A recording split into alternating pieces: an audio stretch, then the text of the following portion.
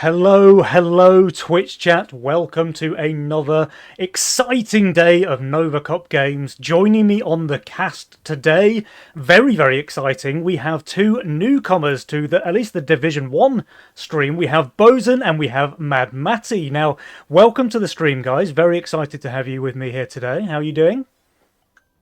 All good, all good. Thanks for having us. Just fine, yeah. Thank you very much. It's My cool to be here. My pleasure. I've been meaning to get you two on for a while, actually. For anyone new to the game who doesn't really know these two, Bosun and Mad Matty both have contributed a lot to Legion TD over the years. They done a bunch of casting themselves through Nova Cup, like casting other divisions and such to make sure that other players get their chance to shine.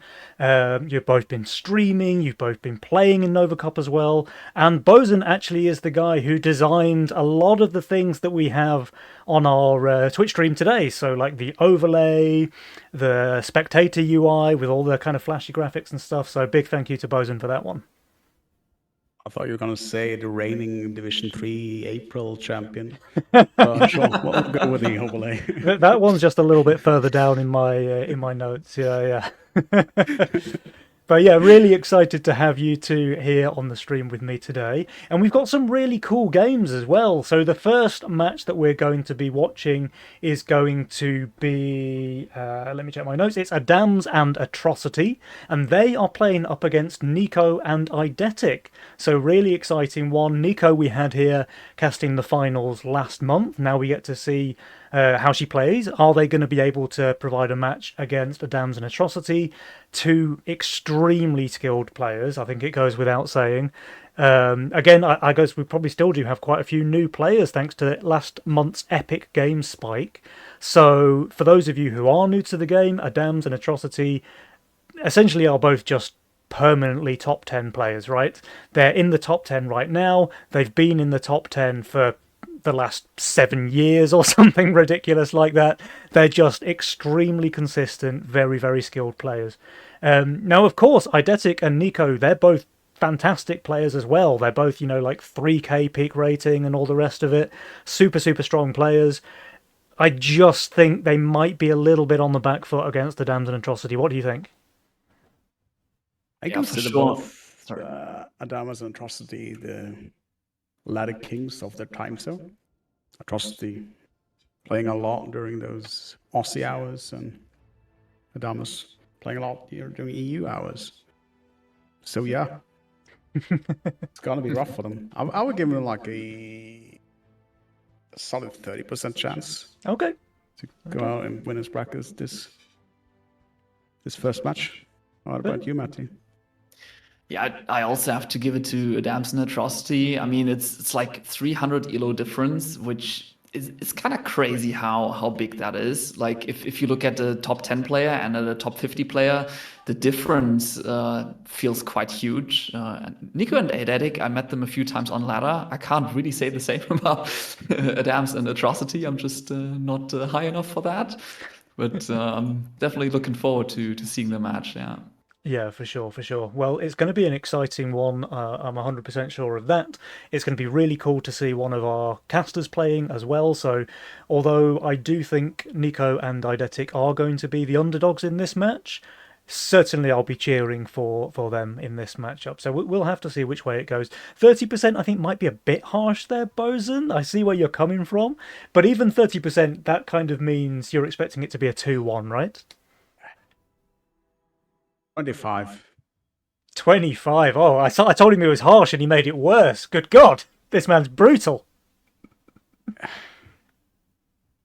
I can see. I'm expecting either a 2-1 or a close one close match and one just early game aggression. But it all depends on them, because I think, from my experience, Trusty is way more aggressive player than Adamas. So it depends on what they go out with.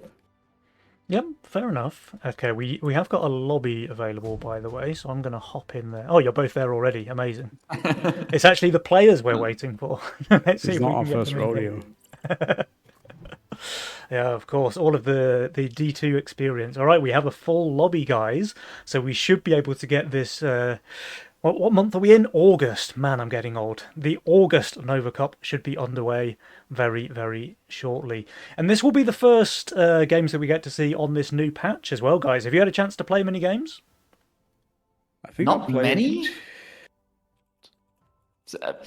Just a few. I mean, I'm still not too sure what the meta shift is going to be. Like, there were many rather big changes. I mean, Royal Guard's totally different now. Safety mode is really, really different now. It feels like it's not anti-AoE, but more of a slowdown mechanic or something. So I'm really looking forward to seeing how people play it, when to use it, when to dodge it. You don't have like I'll just send all auras thing anymore. That kind of thing seems to be gone from the meta now. So yeah, it's only like been a week or something, but early to really tell what's gonna go. But I like most of the changes, at least. Yeah. Nice. Bosun, you've been playing? Yeah, I've done some solo games. Some I actually been coached by you a little bit for a short period. For one game. For one game. Yeah, for one game. Did you win that one? Oh yeah, of course. Amazing. Best coach. Best coach. Best British backseat gamer available.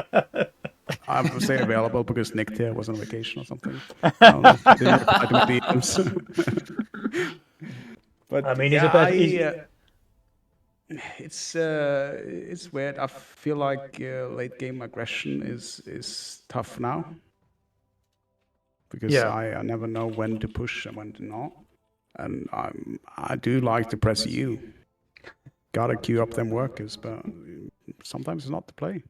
Maybe Miner is your mastermind. Yeah, I should just get back to just playing Lost Legion, but I've been stuck with Factorial for the better part of this year. I can't lie. YOLO's where it's at anyway, boys. Anything else is just pussy mode. I've had one YOLO game since they changed it, and I had picked roll, so I can't disagree with you. Yeah. Let's see what they choose. Oh, YOLO look at that Megamind. YOLO taketh away. But guys, here we go. Game number 1 of the August Nova Cup is here. We have Adamantly Atrocious on the left. We have T-Tors. Okay, Adamantly Atrocious on the left. Cope Centers on the right. Let's go. What do you guys think of these masterminds? I always love to see a bit of chaos. God. And the Fiesta was very interesting. I don't know, this looks pretty interesting. You don't want to be Atrocity playing Castle being receiving from Fiesta. No. It could be rough if they're going for a late game. I guess they are with Adamas' Chaos and Atrocity's Castle. So I think we can expect to see, hopefully, we can see some early game advantage for, I forgot the team names. Yeah, Adamantly Atrocious is Adams and Atrocity. Cope Senders is Eidetic and Nico. I gotta update my in-game scoreboard with that. Give me a second. Well, at least Atrocity has got some good answers for the early game, so maybe it's not going to be too difficult receiving from the hyper-aggressive Nico. Also, Nico, I mean, going for Green Devil is not the most aggressive opener that you might be hoping for when you play Fiesta, so he might just be fine. And they did seem to expect the Fiesta, by the way, snailing her, but not working out today. Yeah, not this time. She didn't really have a fantastic Fiesta opener, although I do think Green Devil leaks like 1 creep on 2 to no send, right? So it can be a pretty decent Fiesta opener in that regard. And then, of course, you just push 6 workers because you're a beast on 3. Yeah. Green Devil leaks a lot to like DT or like even to Snail. It takes a long time for the Green Devil to kill something. Mm-hmm. But yeah, I think on that position it leaks just 8% on 2. It's pretty amazing. She's setting a poly though. Yeah, she should not add that, right? That just makes it an easy hold, I think. Yeah. Seeing King Up's coming her way. I wonder if she was expecting another Snail, right? Like, presumably, I think Nico and Adams do play together a fair bit on the ladder, so maybe she's just thinking Adams knows what she's doing and trying to play around that. But the mind games not successful this time.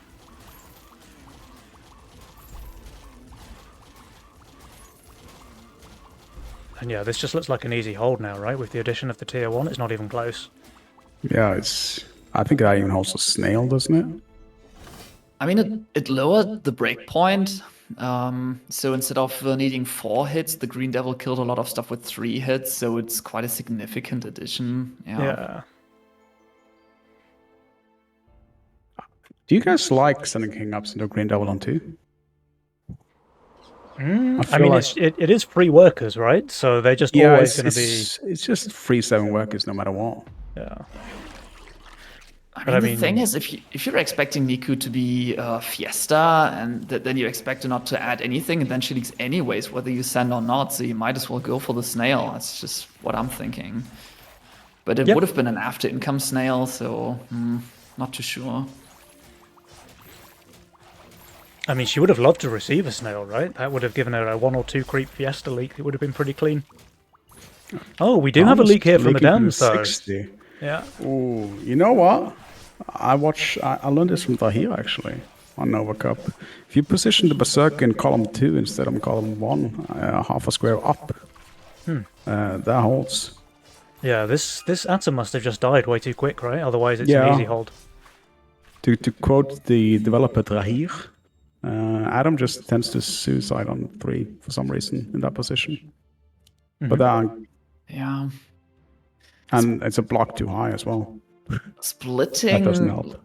Like splitting with a ranged on the wall and a melee on the wall just feels very inconsistent to me.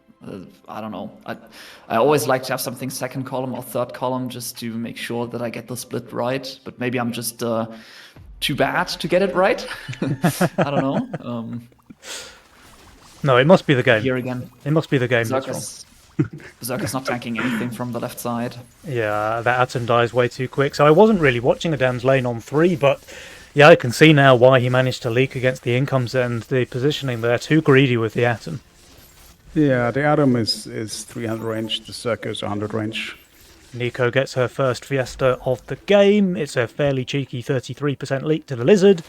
But she's happy with that. They have the worker lead on the side of Eidetic and Nico. Eidetic actually on 9 workers right now. He's playing pretty aggressive, and there is a full send coming out from both.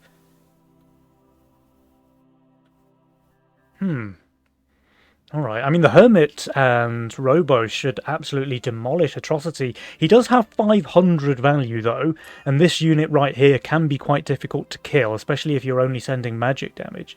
Meanwhile, Adam's lane... It's all going to come down to this Atom, I think. Like, if this thing survives past the point where the boss is dead, then he's going to do quite well. If it dies too fast, he's screwed. It's not even tanking. Semi-fine with that send. I mean, the Hermit doesn't do that much to punish the Cano. Yeah. It's still going to be like an orange or red league, but... No, the Hermit is too much Methium. I think it's a... Yeah, it's a solid league, but it's not bad king damage-wise. 70% for him. Adams did much better though, just 33% there. But regardless, this is the first king damage of the game. So Adamantly Atrocious, they should lose quite a bit of health here. Let's see what Jules gives them afterwards. And guess what? Talking about what Jules gives them, look, now Adams gets the Sea Dragon for wave 6. How beautiful. Just in time, chaos. Yeah. I think Adamas does better if this doesn't tank the boss, but this tanks the boss. Yeah, for sure. 100%, yeah. Because that's just 20 gold you're never getting back. Just a round of income sends now coming out from the Cope senders.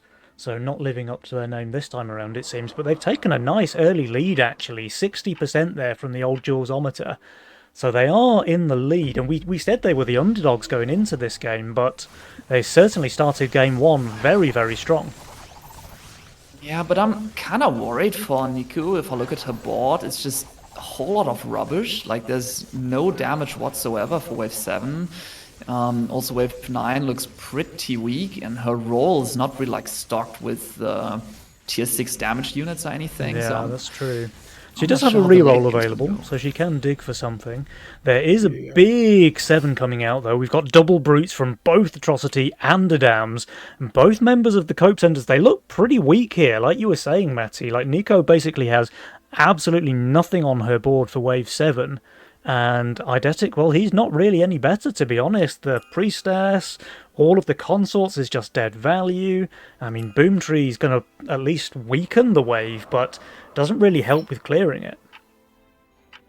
That buzz is going to pull everything to the right. Yeah. Oh, the Pota tanks 3? I mean, it could be worse, I suppose, but it could be a lot better. Now let's see. This Boomtree needs to get some real work done, right? It's got decent mana. Snipes both brutes. Okay. Oh. Okay. I mean, I spoke too soon. Eidetic. I apologize. Question him. Yeah. Nico, though, she does leak 92%. Yeah, but with full magic and pure, that's not unexpected. Yeah.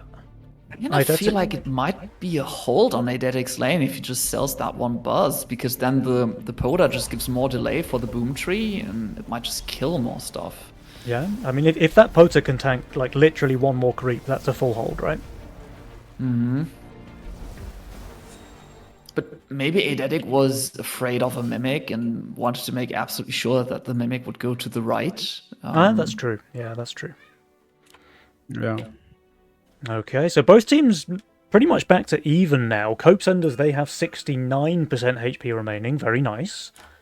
Adamantly Atrocious a little bit further behind, but there's not much in it, honestly. And the workers are looking more or less even. I guess we're pretty much back to scratch, guys. Yeah, but Castle in the game, so let's see how the momentum's gonna shift after the mid-game. Yeah, full round of income send now, so players kind of going back to scaling, guarding their own economies, at least for now. We'll have to see. Both sides obviously wanting to heal up their king a little bit as well after taking some early damage. And I wonder, because there isn't any aggressive spells in this game, right? We've only got 2 eco spells, 1 buff spell, so it might be the case where the teams are just planning to go into the late game, right? And you can see that with the masterminds, like Atrocities on Castle, Adams is on Chaos, both extremely strong late game masterminds. Yeah. Okay. I mean, notice how Nico is running into exactly the problems that I was talking about. So she received 60 here and is not able to push anything. Now it's actually the Fiesta player with the fewest workers on the board, going for a board, which literally means the only damaged unit for Wave 9 is a Halo, which is not amazing. Yeah. I mean, there is a Mimic walking into her lane. It's PS damage on a PS wave, something I never really like. But I don't know, maybe it's going to choose some polys. I'd actually much prefer like a pack leader here. I think a pack leader would be fantastic against what Nico has on board. But we'll see. I mean, the send is still pretty big. She's got decent value. There's also a full send coming out from Eidetic into Adams. He's also quite high value, so we'll have to see if value's going to win out here. Nico doing quite well clearing up the left-hand side, and that boar does turn out to be really good addition to her board here, because obviously receiving the Mimic, the boar just gets turbo value, and it looks like she's just doing extremely well. How about Adams over here in lane 2? I mean, he's doing okay as well. Nico, meanwhile, she's not quite going to hold, but leaking just the Mimic. I think she's absolutely fine with that. Adams actually ends up doing a little bit worse there against the smaller send. Sounds like a Fiesta to me. Yeah? Yeah. Oh, that's actually a perfect Fiesta from Nico, right? Like, you leak just a single creep after getting a power send. That's like, it doesn't really get better than that. Yeah. I mean, the one downside of it is she was on 12 workers. That's the only thing I gotta complain about here. But yeah. And yeah, Bosun's pointing out this big power send now, so the counter-attack coming out from Nico here on wave 10, but Atrocity pulls out the double Berserker. My god, his board was looking so weak on 10, and then he just pulls 2 Berserkers out of thin air. Nico might be quite disappointed when she sees these, and there's no tanks either, so both Berserkers going to be instantly ramping on the boss. I think they're going to go on the back later. Oh. Yeah, pack leader's dying very quickly. That's a shame. Sniping a pack leader and then just going to town. At least the counterpoint tanks for the second circuit. Yeah, oh, even the gate creep tanks for the Berserker as well. This is crushing stuff here. So Atrocity, from a board that looked absolutely horrendous on wave 10, obviously that's why Nico decided to send, just easily holding against the massive 280 Mythium send on 10. That's really bad, actually. So Cope senders, from what was a very strong position, they're now more or less back to even once again. Weirdly enough, Jules still favors them 57% after that failed send. Yeah, I don't understand that. I mean, they do have like a worker lead, but I think that might just change after this wave because the castle has kicked in now, so Atrocity's income has shot up a decent amount. But I don't know, it's close. So the Cope senders again for the very greedy option of going double black market. Adams being a bit more defensive, going for one dark red. I mean, they have plenty of regions, so might as well use that king health as a resource. I think the black market's fantastic here, actually. So, like, there's no aggression. There's another round of income sends here on 11 from all 4 players. So black market just seems giga value, especially if we're going to end up in the really late game, right? But it's going to be a big 14 cent with the Azeria on the board and then 0 damage on Niku's lane. I think Niku really needs to use a reroll now and then see if she can find some damage for 14. I'm really surprised that she hasn't rerolled already, actually. Although, that being said, like, Halo Boar is an insane combo, but only in the, like, super late game, right? Once you get to kind of critical mass with that combo, you've got like 2 or 3 red eyes that just obliterate anything small, and then the halos are there to clean up anything big. It becomes a crazy strong late game combo. But right now, like you say, her board is kind of lacking. Yeah, and there's 2 halos on the board. Yeah, that's her only damage. I don't like to ever be in a position where you have to put 2 small halos on the board. Yeah. Okay, at least not when the send is 14, given your teammates Azeria and Circa and Boom Trees. Yeah, that's fair. Although Eidetic does have that Doomsday machine hidden in his role, so he absolutely has an answer. He even shifted a ton of gold here on wave 12. So yeah, he's got nearly 800 now. He can easily afford to drop a full Doomsday. And all of a sudden, E1's board goes from like screaming send me on 14 to, hey, actually I've got a really good answer. We missed the important part here. There was an egg on 12. Ah. Yeah, Adams was like plus 250 value on the last wave, so I was even wondering if Eidetic would hide that Doomsday on 13 just to not receive a GK on 14, but looks like they are expecting, or like at least don't want to be too vulnerable here on this wave. Yeah. Already showing it. Yeah. Problem is Atrocity can get double GK, but one of them is probably after income, depending on how fast this wave goes. So I think it's a skip all around.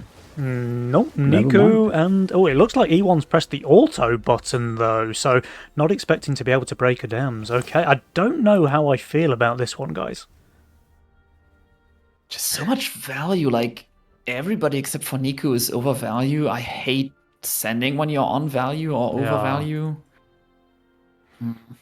I don't know. I mean, Adams is on really high value, but so many of his units are garbage here on 14. I feel like E1 could just send a Ghost Knight, because it's always going right. You know, it's going to tank this forever, essentially. And then, you know, this stuff is all garbage on 14. Same with all of this. Like, I don't know. I think he's Ghost Knight back imps and send it. Yeah. I feel like actually going for the fade I have for some reason. Yeah. Meanwhile, though, Atrocity, he does get a full send, so it's 500 Mythium. We've got the Needle and Mole combo. How do you feel about that one? Jury's still out on the new Mole. I don't know if the meta has found its place yet, but from my perspective, only viability I've found for it is to prevent the 2-shot from Coiler on 8. Yeah. I think on like wave 8 it's insane. because it's really Yeah. high stats on the unit now. Yeah, but I don't think into White Mane Hellgate the mole is the thing you want to send. I mean, if it Yeah. slows everything down, it Yep. just basically means, hey, Hellgate, please pump out all units. Yep. And White Mane Hellgate is such an OP combo. I would rather like to see a pack leader to overwhelm the gate. I completely agree. 100%. I think Mole into Atrocities board is not the send. Like, it kind of works with Needler because it gives the Needler more time to ramp up stacks, but everything on Atrocities board benefits from a slower wave. Like, he's got canopies regenerating health, he's got gates summoning more minions. It's like you want to kill that stuff quickly, not make the wave longer. Yeah, definitely. We've got to mention, though, that Jules is now favoring Adamantly Atrocious 69%. Oh no, it's cursed. Oh, no. It's over. Yeah, you can just FF now. Yeah. Well, here comes the big Wave 16 send, though, from all 4 players, including a double Kraken from Atrocity. That's not one that we see very often.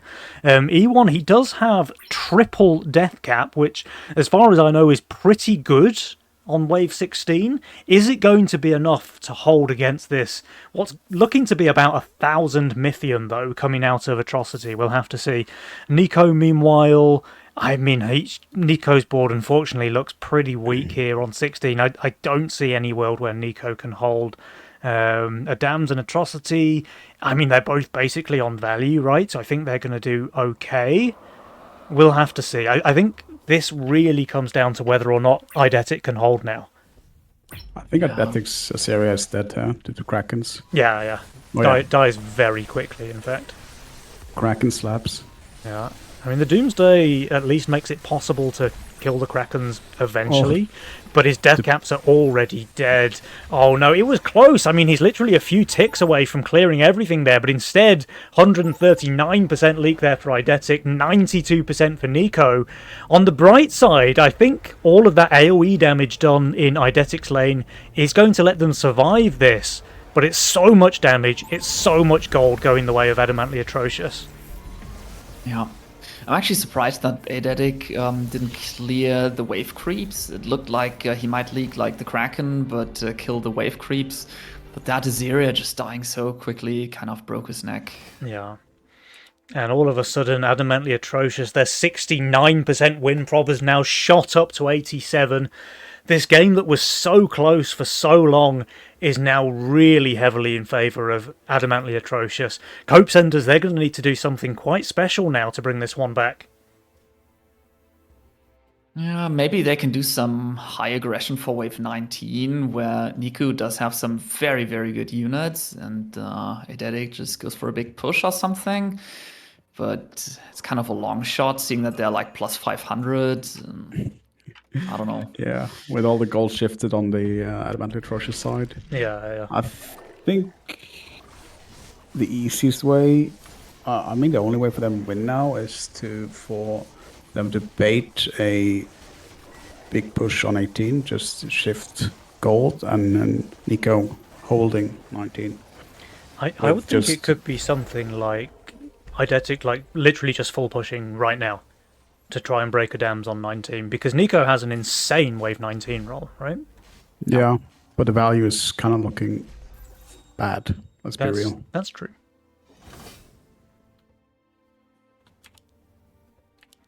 Yeah, but Niku, hang on. I was just gonna say Niku is full prepping for 19.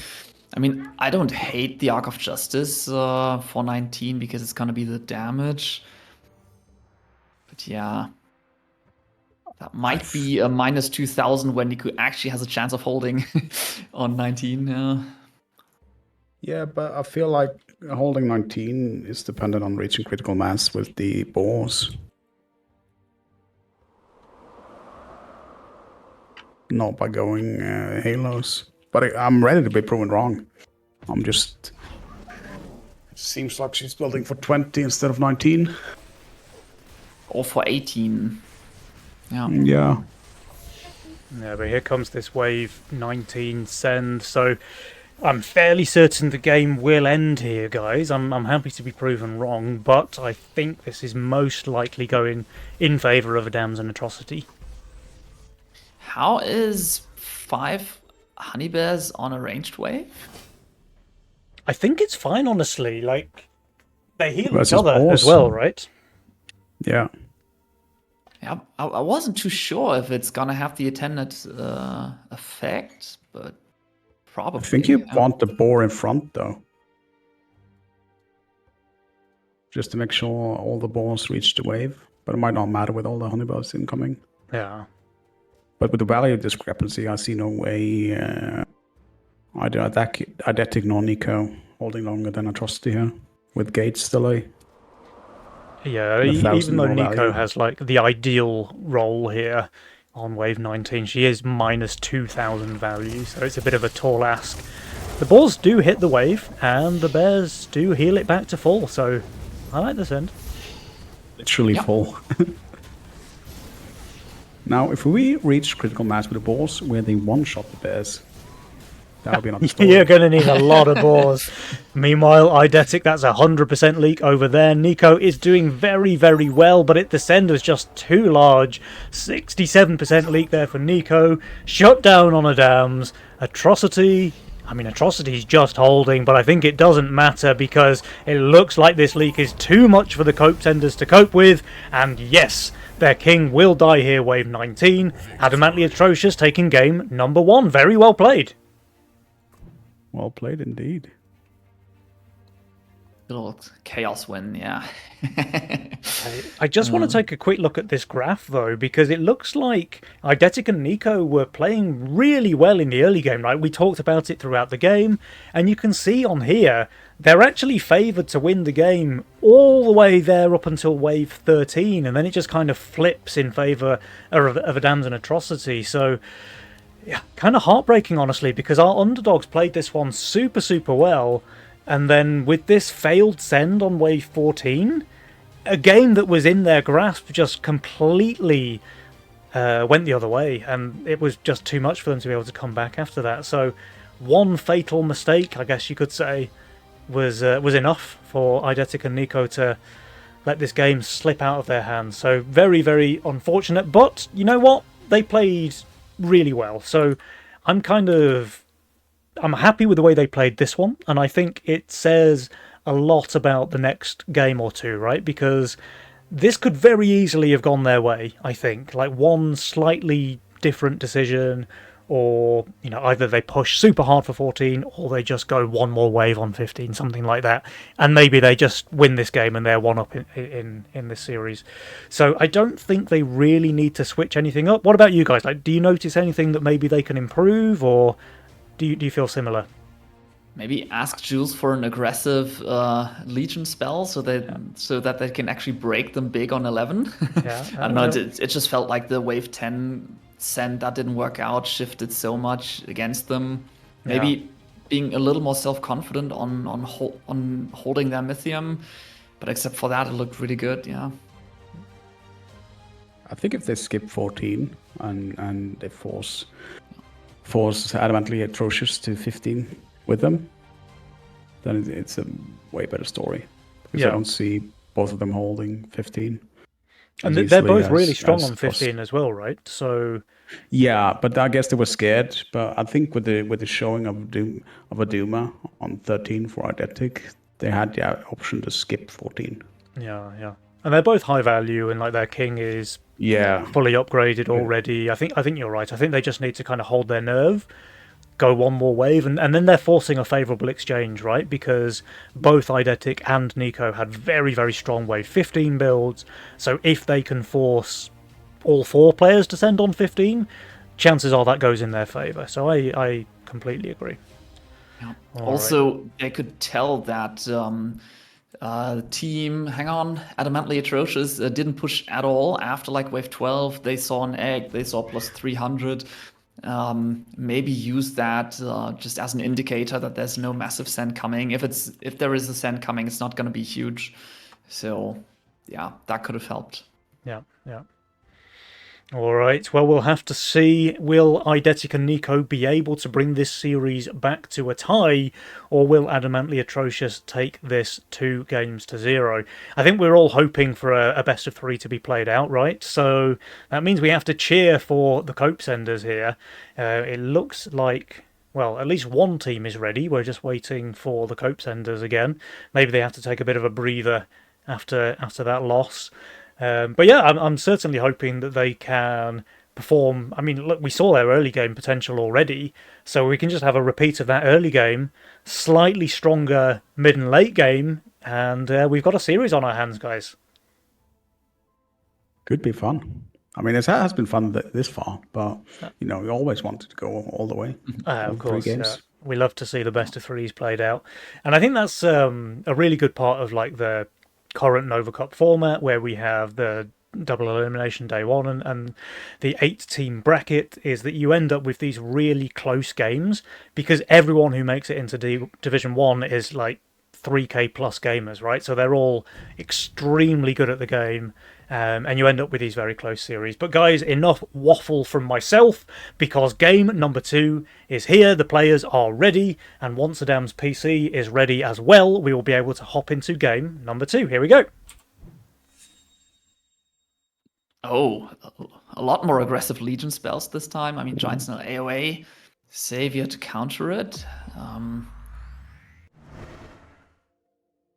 And this time Nico going for Megamind. Last game, I think Eidetic was Megamind cash out. Gotta respect the hustle.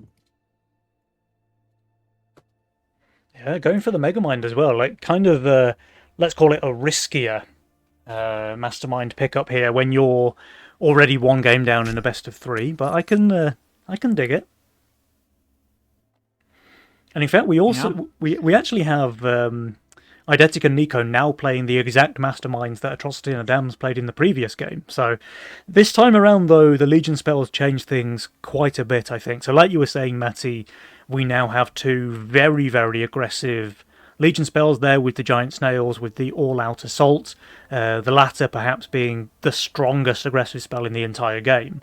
So this time around, I don't love the greedy Masterminds quite as much because, look, you might have Castle and Chaos amazingly strong in the late game, but if the game ends on 11 or 12, it doesn't matter how good you are in the late game, right? If you have Poda Mask, you might as well just play Castle, right? Yeah, true. I think Eidetic should be fine on 11 with Poda Mask for 12 Skybots or something, but he's a bit thin on tanks, to be honest. He does have the Badger, but otherwise no Natural, no Swift, no Fortified. Yeah, Pulse Bot might be the Fortified one. Pulse Bot's fine, it's got some HP. Hey, wait, is Adam's leaking as well? He is, wow, okay, so pretty spicy here. 3 out of our 4 players decided to snail, and for the Cope Senders, their Cope Snails are very, very successful. So anyone hoping for a Game 3, this is certainly the way you want to see Game 2 begin. It's not Cope if it works, dude. Yeah? Crazy, actually. Jules only gives them a 1% edge for that double leak king damage on wave 11 1. HP. Yeah. But that is to the Castle side against the Cartel side on wave 2. Yeah, true. I don't know. I'm not sure how the win percentage takes the Masterminds into account. It's baked in somewhat, but I don't know like exactly how. But like, yeah, so Castle will be favoured a bit. Yeah. Alright, can Atrocity hold the resend? It looks like just barely, yes. So really good split tanking there. Makes his build good enough. Oh, we actually have a Robo coming out. So the first power send of the game here from Eidetic into Adam's lane on 3. What do you think, guys? Could be rough if the Robo goes directly on the Adam that tanks. But I'm not familiar with this positioning. Mm-hmm. Because I think this will take the aggro off the creeps and this will tank the Robo. So it might just be better positioning than I would. Oh, he doesn't get the Yeah, snail either. He misses it by 1 Mythium there. The Atom is tanking quite a bit, so this one should go down. Yeah, and the Howler's not going to delay for a long time. I don't know, I usually place my melee unit 1 square higher than Adams puts his walk. That still makes the Atom tank the boss on wave 5, but not really much more than that.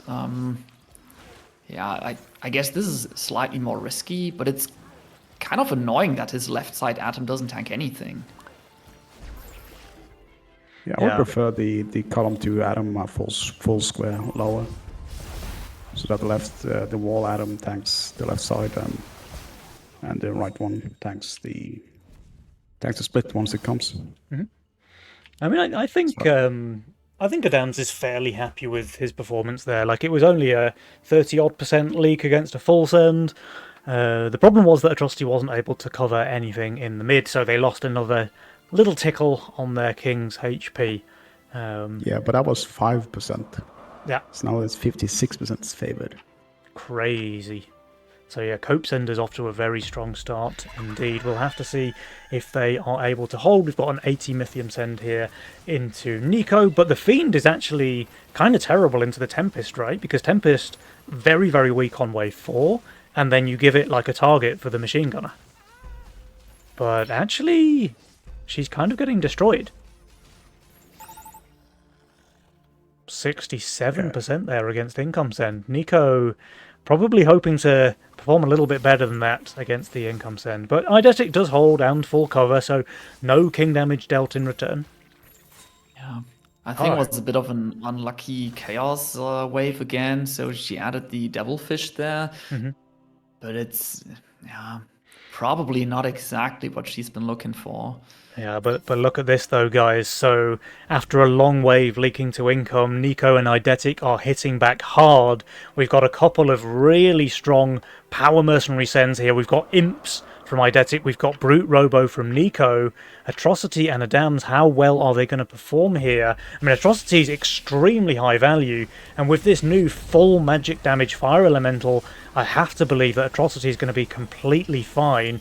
Adams, meanwhile, the Imps are very strong into his mostly natural armoured frontline.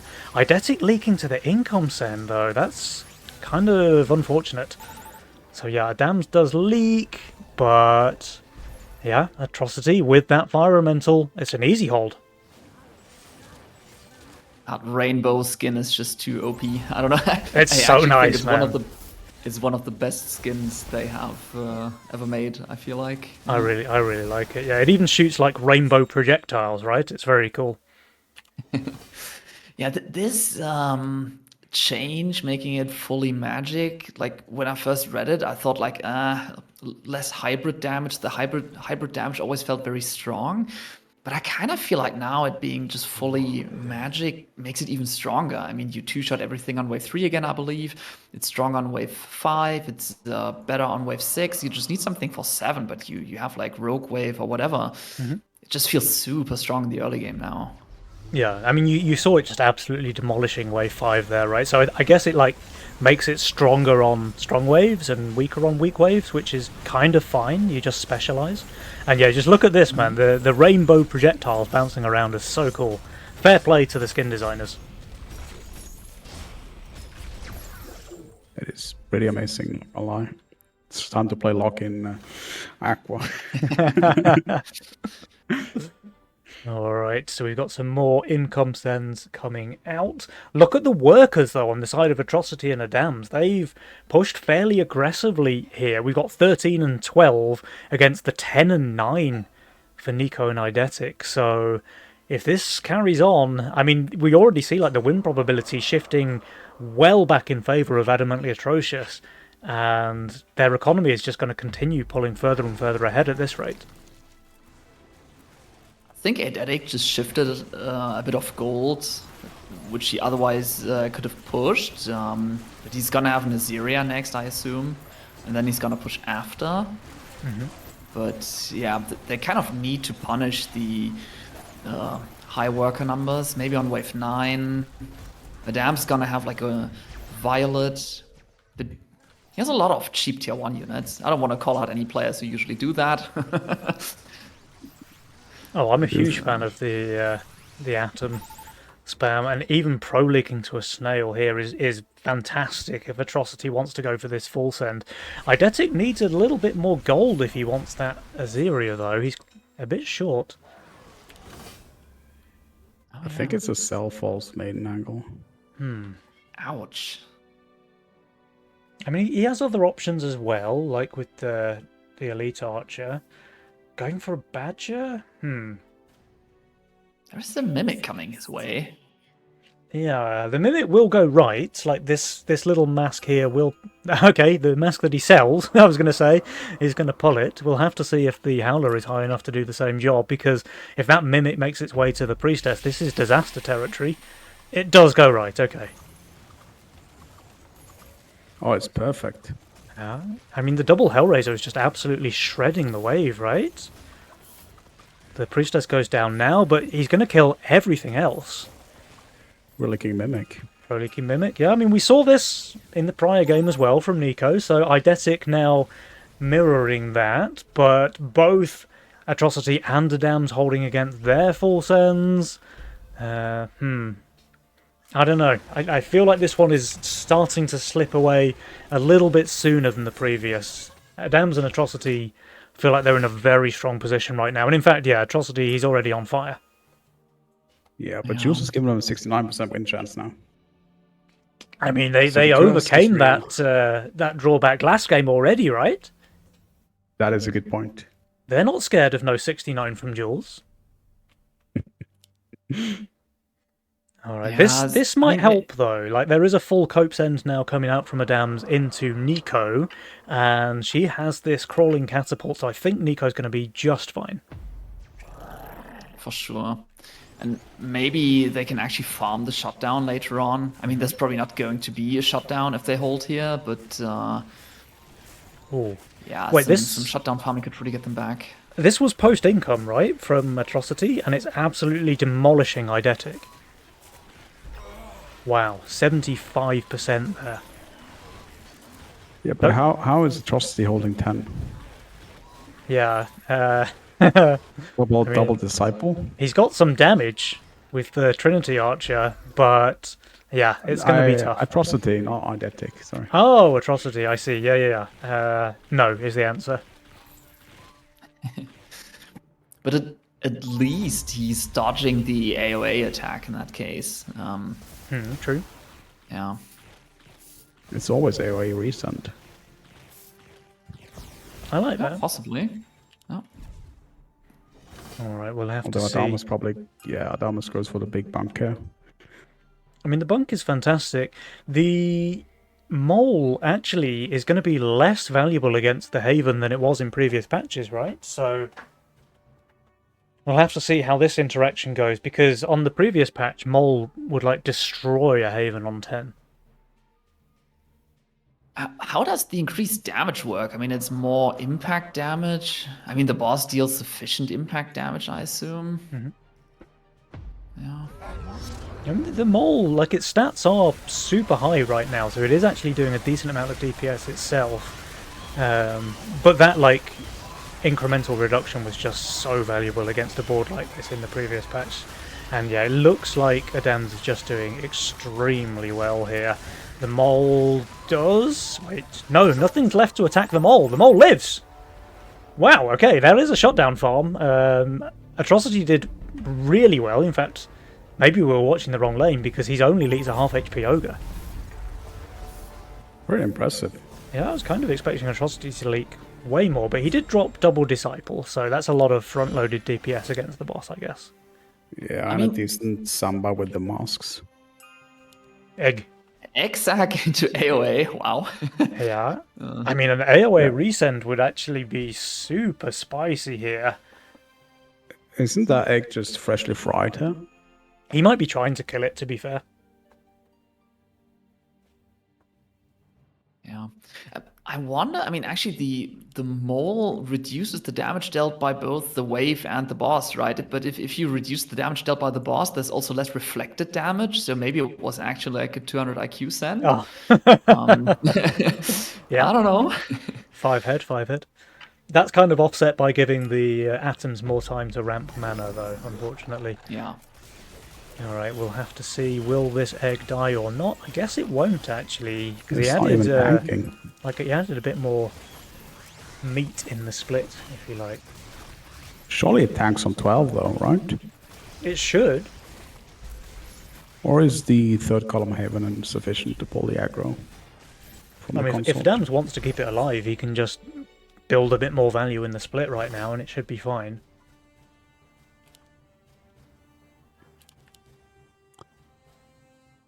It's second egg angle, isn't it? Yeah, second egg.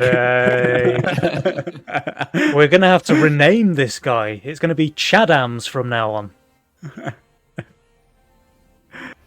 Nice. I mean, when you have a 275 gold, you know it's an egg angle. Yeah.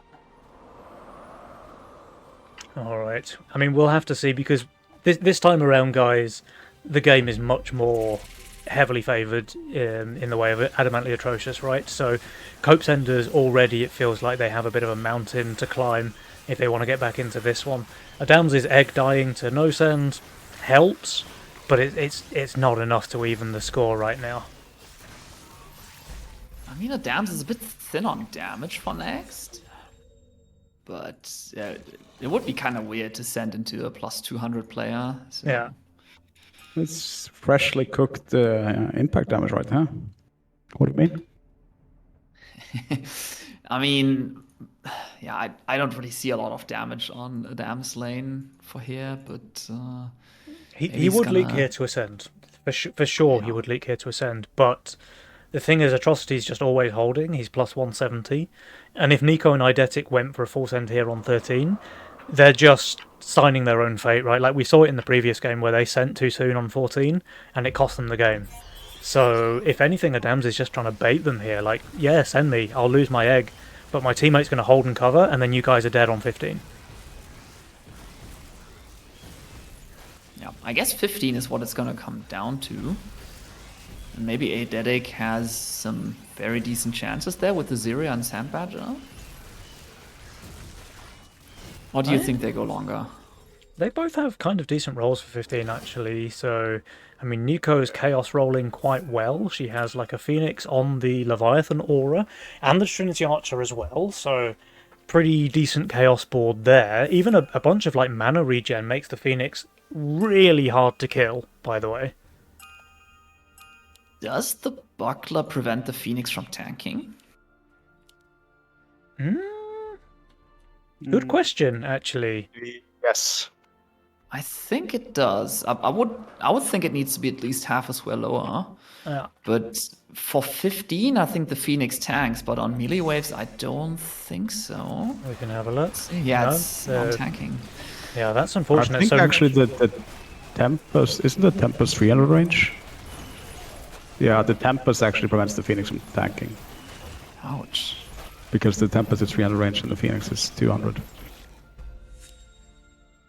Everyone is just sitting on their Mythium, though. Like, Bosun was pinging a couple of grey values last wave. I can almost feel the derision in your voice, Bosun, as you click the grey value gamers, but they are starting to slip now. It looks like Eidetic and Nico, their values starting to go into danger territory. Adams and Atrocity, they're still kind of chilling, of course, but this game is at a bit of an impasse right now. Neither team wanting to jump the gun and send too soon. But at some point they're going to have to spend their Mythium, and I'm starting to get really worried for the Cope Senders. Isn't this Thanatos tanking on melee waves? It's tanking, yeah, of course. I would think so, yeah, because all of these masks are going to just like pull the creeps down here and then wrap back around to the Hades. But we're about to find out, guys. Also the initial left split. Yeah. We are definitely about to find out, though, because we've got 4 full sends coming out here on 16. Just looking at the king as well, by the way, like both sides are on full HP, but Adamantly Atrocious, they have full king ups more or less, while the Cope Senders, they very much do not. So left side, they can afford to leak a decent bit more than right side and still be able to survive. It also helps that like Adams, he's still on grey value, while Eidetic and Nico, they're kind of struggling. Like Nico's 700 under, Eidetic's nearly 600 under. Huh. Nico finally got blessed by the Chaos with Gods, with the Chaos roll. Rolled flowers here, but it kind of feels like a very mixed bag with the Disciple in the back and Phoenix in the front and some flowers in between. Oh, perfect. Eidetic's Azeria, absolute masterclass there, like tanking the left side, surviving. It's probably still going to be a leak, but obviously much better than it could have been. Nico 144% meanwhile, Eidetic 78, that's fantastic. Atrocity does leak, that's a 50 gold shutdown. Adams, he's going to leak as well, but a very strong performance there for Adams. Question is, will the Cope Senders survive? Because with only 4 King Spell upgraded, this is a lot of Wave 16 creeps to be able to kill, and it looks like they will survive, but barely.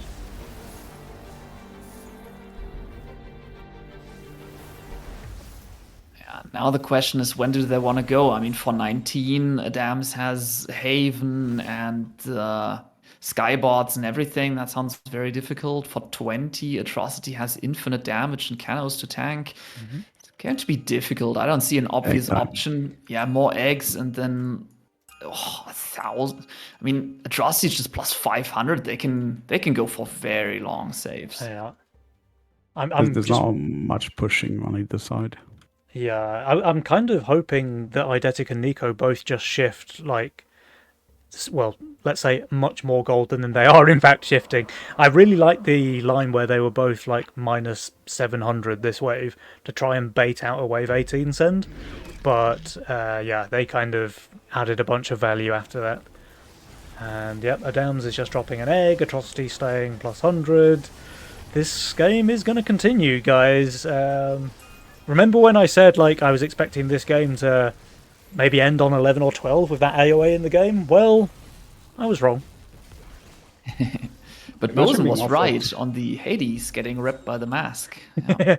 Yeah. But imagine being offered AoE and Giant Snail since every player in the match choosing Savior. Yeah. It's kind of boring. Yeah. Where is the aggressive place? I agree. I guess. Yeah, sorry. Oh, I was just agreeing with Bosun. You go ahead.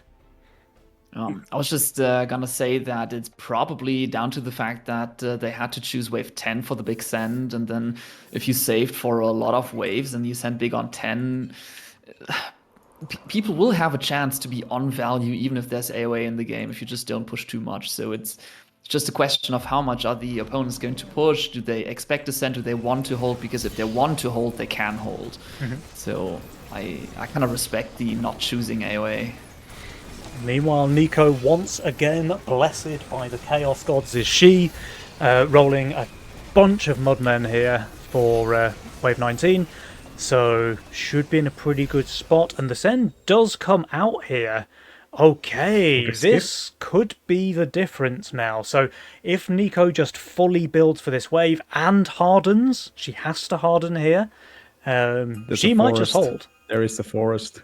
Yeah. But Forest is 20% damage reduction, Mudman is 35% damage reduction. I would have preferred her to upgrade the Mudman to Golems and harden them. I agree. I think the Mudman is 18% increase.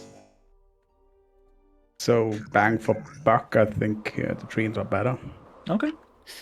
I haven't done the math. I haven't checked Quacker's sheet or anything, but I think I'm not sure.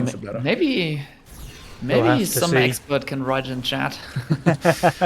We'll have to see, because both players are 1,000 under the recommended value. However, they both have extremely good units as well. So will Nico's Chaos roll into those Mudmen, into those Tree Ants? Will it be enough for her to hold? Very low HP remaining on the King. Eidetic leaking 58, a very good performance, but once again, it's just not going to be enough. 2 super small leaks here on 19, but with only 27% on the king, that will be enough. Adamantly Atrocious 2-0 the series. But I really respect the skip. It was something they had to do. They had to take a risk. Yeah. I mean, maybe if they go for king, they live. But if you're so far behind, you just have to take a risk. They were 86% to the other team. Yeah. I think if Eidetic actually doesn't go for the badges there or iron scales on 19 and goes for the skybots, he does probably holds with all the mask value remaining.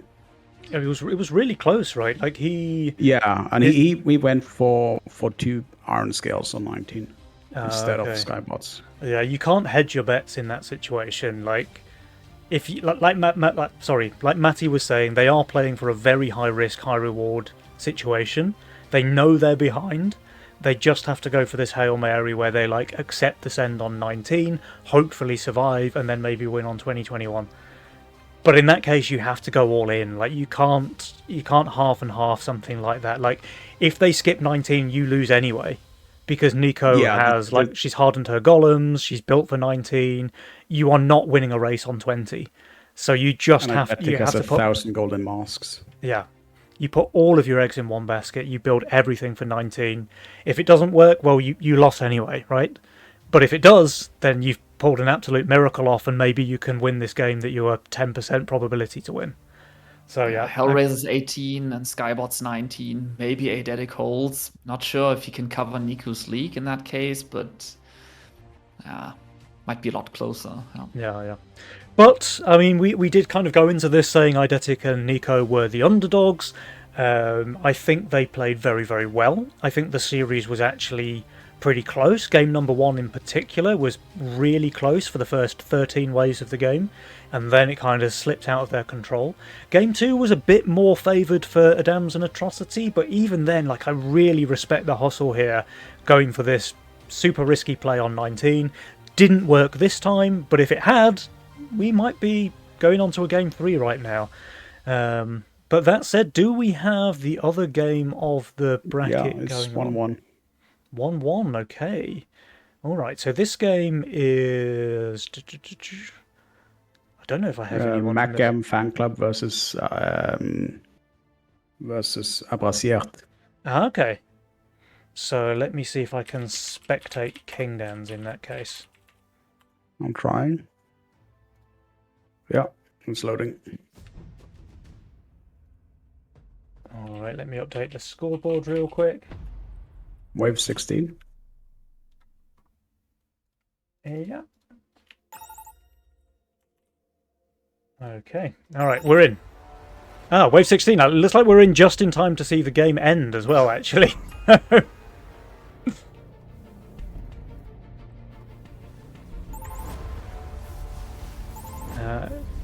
Wait. American Einar winning this? No, they survive. But no one's winning this. Okay, I thought we kind of logged in just in time to see the game end on 16, but actually, Abrasiert managing to stay alive by the skin of their teeth. Not even close. Not even close. 13% King HP remaining. Einar playing like an absolute beast, by the way. This guy just has my number on the ladder. Like, I don't know. I think I've got like a 30% win rate against this dude. He just plays super, super strong right now.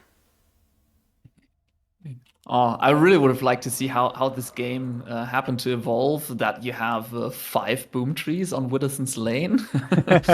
But I guess that was a lifesaver for them last wave. Yeah, 5 boom trees and a ton of masks as well, so he's in a very AoE-focused build over there. Einar has by far the most workers in the game, by the way, 62 over there, compared to, he basically has double the worker count compared to Widdowson. That is crazy. But what do you think of Executioner on Hades, by the way? I mean, it doesn't work on the summons, right? I think it's better than on the Trinity Archer. Because on the Trinity, it just works on 1 out of 5 arrows.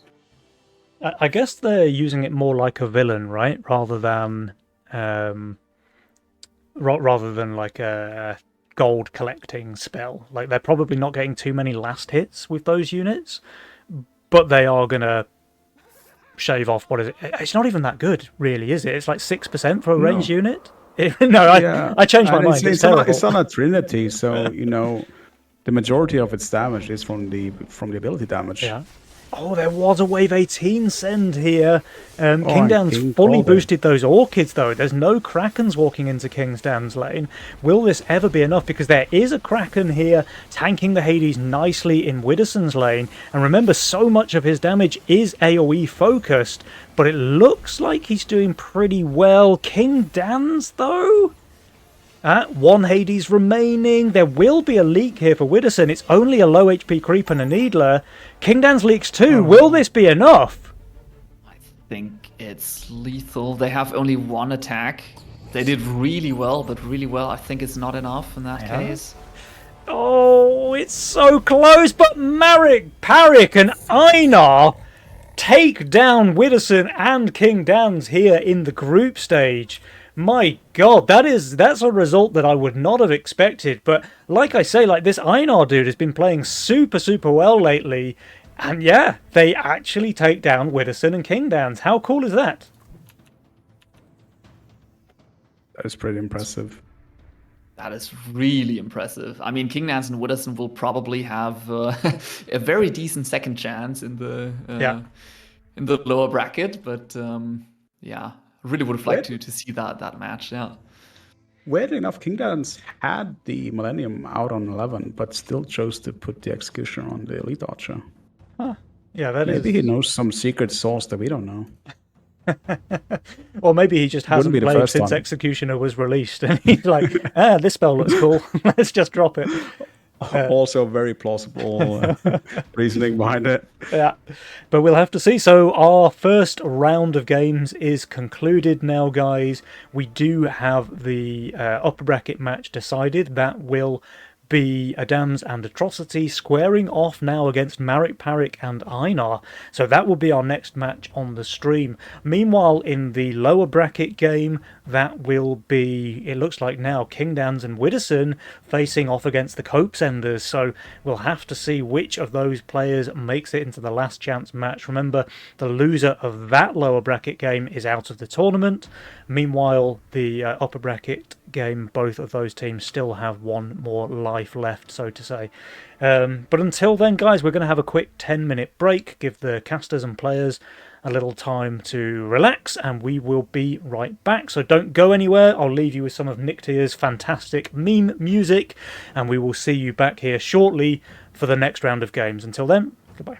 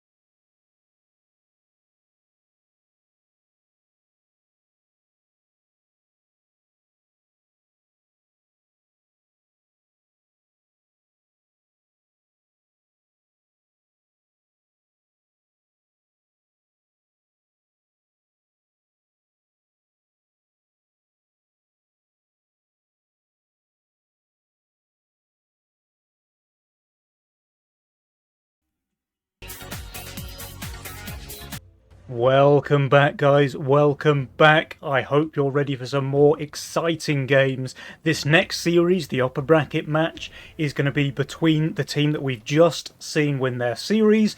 So, Marek Parik and Einar, they are the Macem fan club, and they will be facing off against Adams and Atrocity, adamantly atrocious, who we saw perform extremely well in their series against the Cope Senders.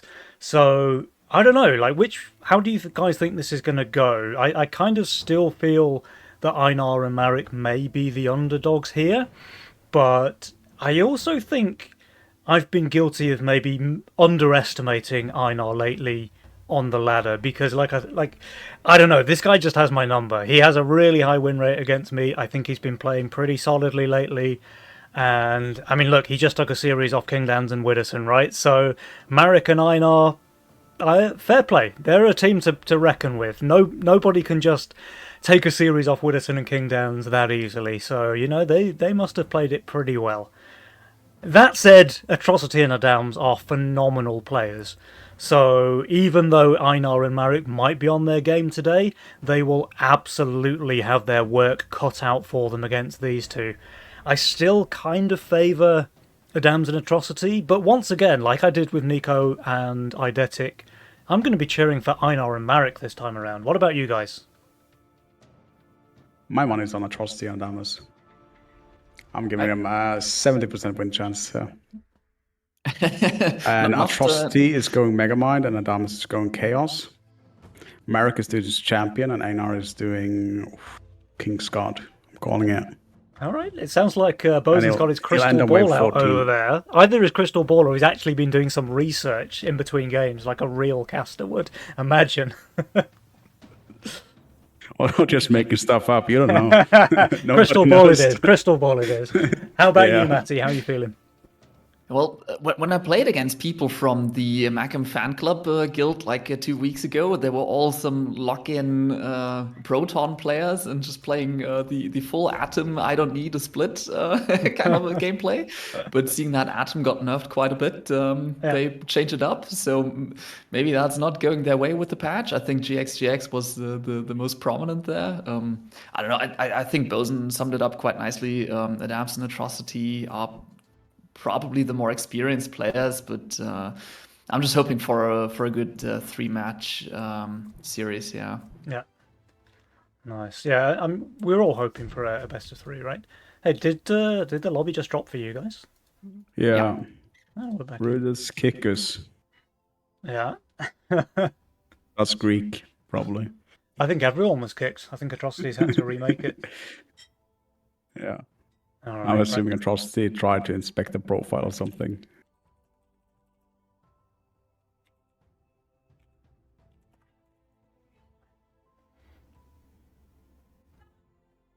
Alright, so it looks like we might be waiting for Einar to get into the lobby, but we shouldn't be too much longer, guys, before we get this game underway. So what kind of gameplay are you expecting then? So we know what Adams and Atrocity are playing like, just very, very strong, like pretty good early game, very, very good mid and late game decision making. But Einar and Marek, we only really caught the tail end of their game. So what sort of gameplay do you expect from those two? And don't say lock in Atom. The race. Slow and steady wins the race. All right. It's easy. Tricky for me to predict. I've not played too much against those people, so I don't know their play style really, I need to say. Yeah. Oh, fair enough. Okay. I think slow and steady could be right. So Einar definitely one of those players who likes to, let's say, save his Mythium, especially into the late game. So a lot of his plays might be, everyone goes for a big send on 11, and then Einar and Marek will just not push a worker and go all the way to like 16 or something like that. And doing that enables them to maybe hold a resend on 13 or 14 from Atrocity and Adams, and if it works out, they just win the game on 16. So that's the kind of playstyle I'd expect from Einar and Marek, but this is the first time we've seen them on cast, so let's find out, because here it is, guys. Game number 1, let's go! And instantly what I said before, Marek going for lock-in Proton. The nerf doesn't seem to bother him at all. Let's see if he at least has the decency to add a split or something. I don't know. The nerf Real was chats only goes for. champ. Sorry, Bosun. Real champs goes champ and just rolls the proto naturally. Yeah, but then you end up with a champion proton, which is doesn't sound too great. Champion Nucleus, however, is pretty decent. My God, he's cooking. But yeah, I was going to say, like, the nerf only really hit the proton, right? I don't think it actually changes the atom or the nucleus. So as long as you're not just spamming the little fellas, you're going to be okay. Yeah, it does feel pretty strong. I don't know. I mean, pack leader is a very, very strong send into it. So if you can get a pack out, it's often quite good to leak him. But until you can get a pack, it's very difficult. That's just what it feels like to me.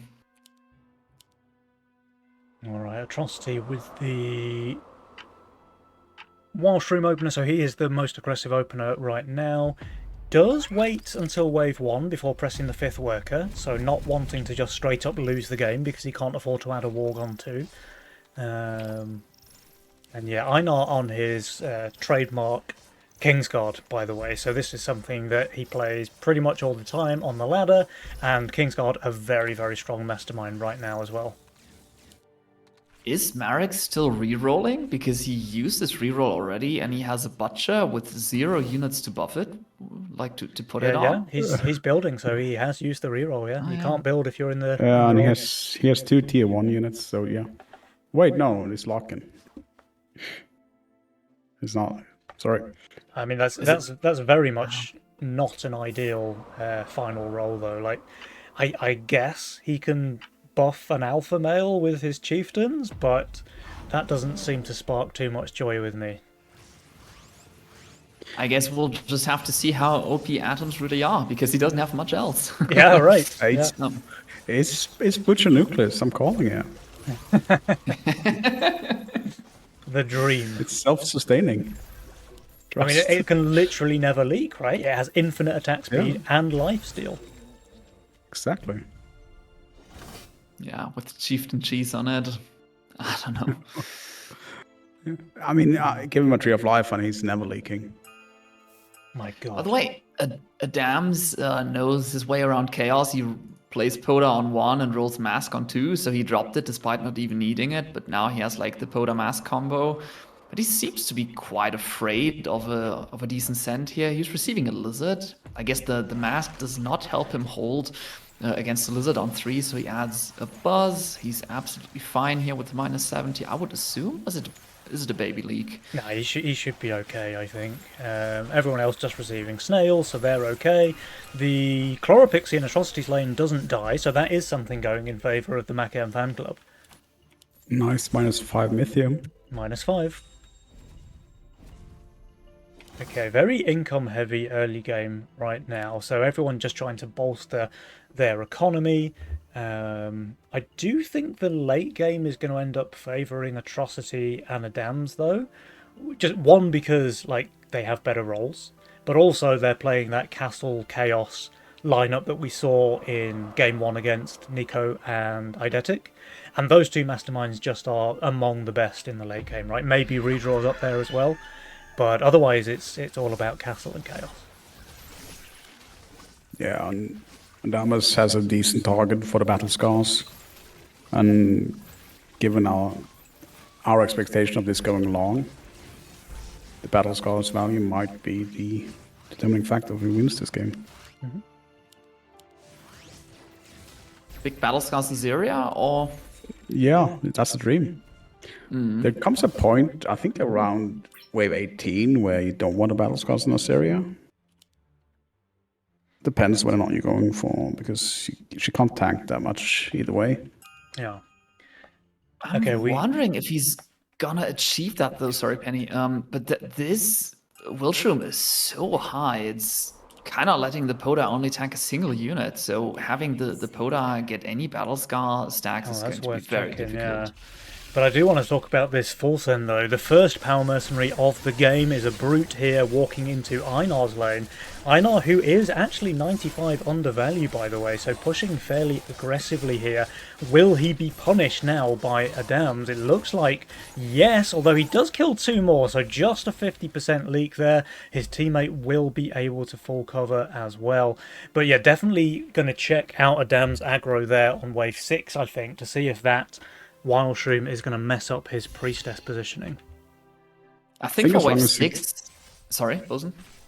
I think as long as it goes for not a equal split with melee, it tanks more than one. But once he ups the split, the border will tank at most 1 creep every wave. Yeah, I think for wave 6 it's fine, but for the waves after it's going to be a problem. Yeah. Oh, another full send from Adams into Einar. Huh. I mean, Einar only really pushed 1 worker there. We'll have to see how well he does. He does get to add 140 value now, although some of that is kind of garbage value with the seedlings. This could be another decent leak here on Einar. Meanwhile, I do just want to see this aggro here for Adams. I mean, on this wave it's fine because he has a super high split, right? Okay, back to Einar then with the double robo send. Let's see, it looks like his front line is going down relatively quickly. He has killed half of the wave though. Does he ever get 1 more? Oh no, just barely. 5% HP on the Rocco there. Surely his teammate, only receiving Income King, doesn't Waldo, right? Right? Oh no, yeah. Marek. Any Waldos in chat? Any Waldos in the chat. Marek with the unforced error, causing Macen Fan Club to shed a decent chunk of their King HP here on 6. How did Butcher on 2 gargoyles not hold that? His build died. There's no way to know. His build just looks absolutely perfect. There is another round of Brute Sends coming out all around this time. Marek should be okay, assuming that his atoms actually survive. They are his only damage on the entire board. Einar's going to be okay. Like, Double Nightmare is super, super strong on 7. Meanwhile, Atrocity... He is getting a Brute and... Oh, Snails, no Robo. Okay. This is into the new full magic damage Fire Elemental, though, which is not tanking either. So this should be a decent leak on Atrocity, I think. Although he's going to snipe that Brute now. Yeah, new Fire Ally is pretty decent to snipe Brutes. Yeah. Still leaking 66% though is Atrocity, and Einar leaking as well. I actually thought he would do okay. Marek as well. Oh no. Combined 100% leak between the two of them. Macen Fan Club. They can only take so many of these leaks, you know. Yeah, I mean, at least we're seeing a lot of real sends early. I mean, a few months ago, it always felt like the first one to send real and not leak the opponents would be the one to lose. Yeah. So I like the early aggression here. I like it too. And speaking of aggression, we've got Adams pushing all the way to 15 workers, taking a pretty sizable lead now in the game. Yeah, and he's doing it without Tantrum here, so... But, I mean, he looks fine, but wave 9 and 10 on Adams might be very tricky. He's not shifting anything. He's minus 195 here, just shifting 20 gold. I don't know, 9 and 10? Split there, right? I mean, isn't he just going to be fine? Like, with the mask, and he's only receiving a Cannoneer?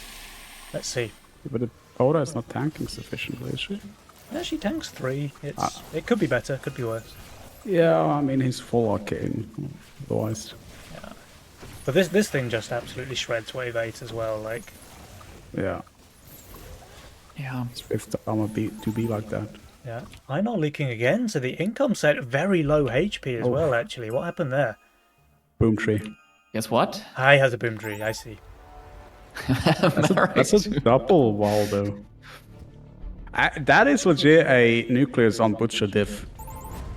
Yeah. If that nucleus was on the butcher, Yeah. he'd full hold and cover her. I mean, you're not wrong. Like, what else is he saving those butcher spots for? More green devils? Yeah, but An alpha male, also so you can never upgrade the butcher. I mean, the nucleus is so far behind anyways that it's not going to tank anything. It has a higher range than the atom next to it. Yeah. And yeah. I mean, I usually Bosun's prefer right, to put it a like, bit higher. This is already a 0 value butcher, so you might as well make it slightly better by putting your nucleus on it, right? 0.1% value butcher. Oh, man. Infinite improvement. Okay, Any another math brute doctors in makes chat its to way validate into... that math? Another brute makes its way into Einar's lane. This time he does have a hardened Mudman, and Boomtree is, of course, broken on 9, so watch this bad boy go off and just delete half of the wave. Nightmares, will they be able to clean up this time? Yes. So Einar has finally stopped the bleeding. He's able to hold. Will it be enough for them to come back into the game? They are decently behind, but they just gained like 15% win prob from that hold. Yeah, holding a real send helps. I mean, it was not a massive send, just like was not even a single wave skipped, I believe. But... Oh, it was the classic Ashton send. Like, you send the Cannoneer in income, you add a brute after income. So yeah, Adams is not too displeased that it didn't leak him either. But we have got a pretty big counter-attack now coming from Marek and Einar. We've got Pack Brute from Marek, we've got a Bear and a Fiend from Einar. I don't understand the send. I don't understand the Fiend at all. This is now a DPS Bear. That Fiend seemed... I mean, did he just misclick the Brute? It must be. Does Bear have an increased healing on bosses? I don't think so. It would have been a good tank if it had tanked. Atrocity does leak 57, that gives the shutdown, Einar leaking the snails as well. But this is some very much needed king damage here, going the way of the Mac M fan club. DPS Bear, of course, chunking away there at the king. Healed absolutely nothing. Yeah. Yeah, but I mean, Einar leaked to double snail, Marek leaked to... I don't know, there was a Drake. I'm not sure if there was anything else added. If you get this shutdown and stuff, you can't take damage at the same time.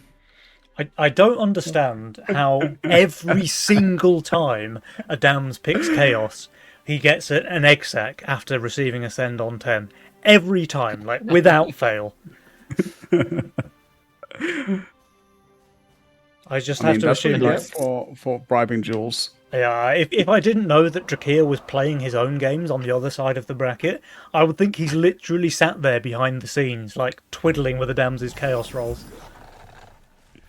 But this Exac is even higher than the Wiltroom, and the Banana Haven is already equal split. So, Yeah. I mean, yeah, Poda died here on the ranged wave, but it's like never ever tanking anything again, right? Yeah, pretty much, yeah.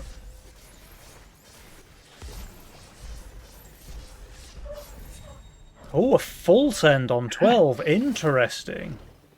Into Atrocity? Yeah, I mean, I think it was Doomsday. He upgrades the Doomsday here, so it might work. It might work, but wouldn't you rather Cope send to try to break the egg? Yeah, I think so. Marek didn't have a huge amount of Mythium, but he did have enough for an Ogre in income. He could have done Ogre Hermit. This is 280, right? Yeah, I think so. Yeah, 300 300. even. He could have done the Ogre Hermit, which... Ogre Hermit Snail. Oh, Ogre Hermit Snail. Okay, the Snail, I mean, he's definitely leaking. Meanwhile, Atrocity with the 380, his front line is crumbling. The Crabs do get a second summon, so some value added there. But the Doomsday is going down pretty quickly now. He doesn't kill the pack leader. 82%, another 25 gold shutdown. Thank you very much. The egg will that survive. pack leader though. was very good. Yeah, the pack leader was really nice. The fact that it didn't get sniped by the Doomsday just means it adds a ton of value.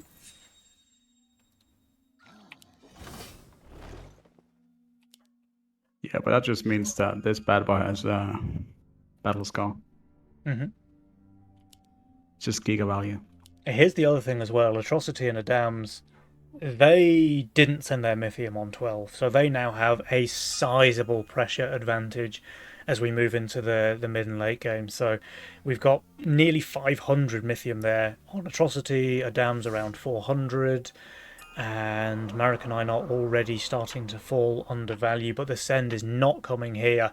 Einar spending 20 gold here on Shuriken boosts. Yeah, the send doesn't come here, and they're looking really vulnerable on 14, I think. Yeah, Marek actually still saving spots around his now head chef. Yeah. Not putting the Adams on it. Not that Adams on head chef on 14 would make any difference, but I don't see what he's saving it for. He does have a 1-stack Lioness. 2-stack? Broken. Wait, the Nucleus buffs the Lioness. My god. He had it planned out all along, guys. Yeah, here comes the real send, and I don't see a lot of damage on Einar's lane. He does have some 2 unupgraded Nightmares.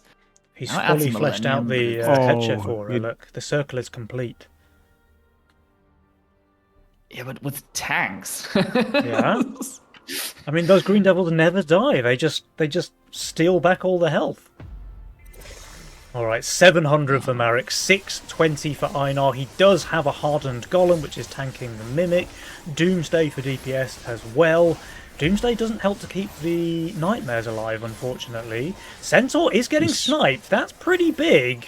Will it be enough for the hold? I don't think so, but a solid performance there from Einar. Meanwhile, Marek Parek with the full circle of lifesteal Green Devils. Will it be enough? He does kill one more creep. That's 98 for Marek, 71 for Einar. They're going to survive here, but guys, it's once again a huge amount of gold going the way of Adamantly Atrocious. They're going to be in a very strong position now as we move into the late game. They're going to be flush. Yeah.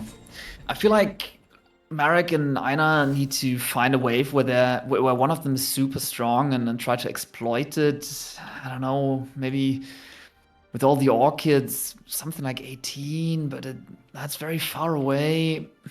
I see no way they can skip 16. Yeah, that's the whole problem.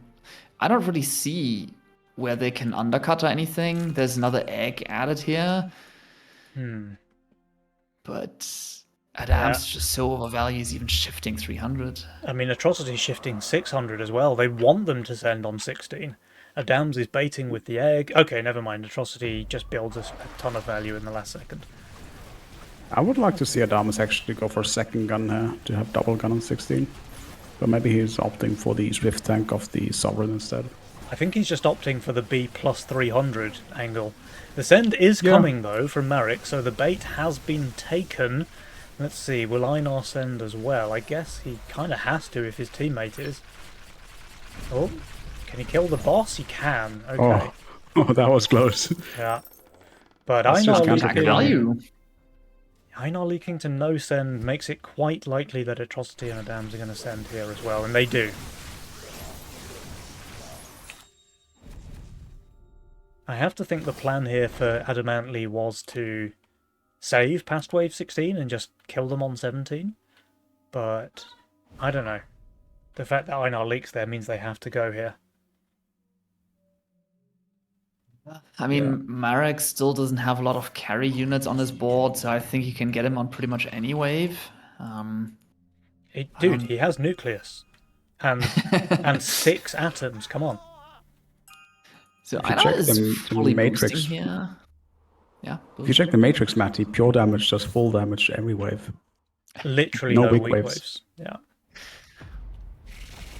Alright, 700 for Marek, 780 for Einar. Atrocity and Adams, they receive big sends as well, but they're both still on value, so they should do pretty well. Einar, let's have a look. It does look like he's getting overrun. The Doppel's still alive, but goes down now. That will be a leak for him, 100%.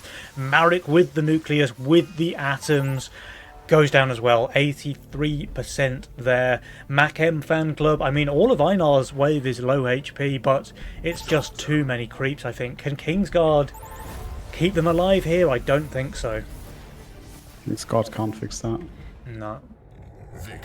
Victory going the way of Adams and Atrocity. So that is a 1-0 lead now for Adamantly Atrocious. The Machem fan club, I don't know, like it felt kind of one-sided this game. Adams and Atrocity, they were never really in trouble. They leaked them a couple of times, but they never really got serious king damage dealt, and a couple of early game mistakes, let's say, from Marek and Einar just really put them on the back foot from early on, and they never really managed to close that gap. So the economic lead, the king HP lead, everything just kept on snowballing really in favour of Adamantly Atrocious. I mean, what do you guys think? Like, what would you like to see different from Marek and Einar as we go into game 2? I don't like Einar building double Orchid on 13 when they sent 12. There's no reason he should feel scared 13. If he boosts the Orchid, then it's the full shift for Doomsday. But what happened was he boosted on 13 the Orchids, and then he didn't boost the Orchids on 14, but he hardened the Mudman and built a small Millennium. I would like to see him skip the second Orchid and rather get the big Millennium on 14. Yeah. Right. I think Marek needs a bit more of a late game focused role. I mean, he had everything he needed for the early game, like 6 units, which are sub 150 gold in cost. But still, they take so much king damage. I mean, they're on 56% wave 10, right? And their opponents are Castle and Chaos. It felt like if you have such an early game focused role, then you need to be super ahead after the early game. That's something they didn't manage. Yeah. All right, let's see. We don't have a lobby open yet. I wonder if there's any connection issues. Like, we got kicked out of the lobby previously. But yeah, I mean, I'm not counting Einar and Marek out just yet. I think they certainly showed some signs of life in that game. Like, it wasn't entirely one-sided in favour of Adams and Atrocity. They did do a couple of cheeky early game sends, leaking their guys and all of that stuff. So it wasn't a disaster, but they certainly need to, I don't know, mix it up a bit maybe in the early game. Just don't let Adams and Atrocity have everything all their way. Try to put them on the back foot every now and then as well. And yeah, maybe things can go differently. Like, these guys, they are capable of taking the series, right? We did see them win against Kingdowns and Widdowson, so they have a chance. Yeah, they can still play quite relaxed, knowing that even if they lose, they're still not out. They have another chance. So I hope they'd still try to take some risks and play ballsy. Atrocity and Adams are now not allowed to play Castle and Chaos anymore. They picked the same masterminds in the previous matchup, so it feels like it is their preferred pick. Let's see, maybe they go for the same as last time. That would be, I think, Cartel and Redraw. Also felt quite strong. By the way, Adams quite impressed me on the last wave, where he had a ranged split. He had like a Pixie on the right side, but he managed to make the units walk to the left just in a way that all of his crap stayed alive. That was quite impressive. Usually when you have like a ranged unit on the right side, it can quite bite you in the backside if you want to protect your ranged units on the left. But he did that really well. Yeah, I mean, he's a pretty good player. But, alright guys, we are about to hop into game number 2. And remember, 1-0 in favour of Adamantly Atrocious means if they win here, they are guaranteed through to tomorrow's semi-finals. Machem Fan Club, they won't be out if they lose right now. They still get one more chance in that last chance match. But of course, both teams want to win right now and secure their spot in the semi-finals. Will we see Machem Fan Club bring the series back to a tie, or will it be yet another 2-0 in favour of Adamantly Atrocious? What do you think about the Masterminds, guys?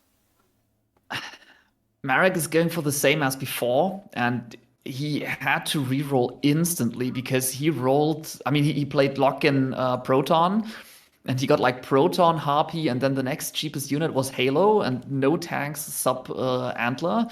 So it feels like he's off to another weak roll.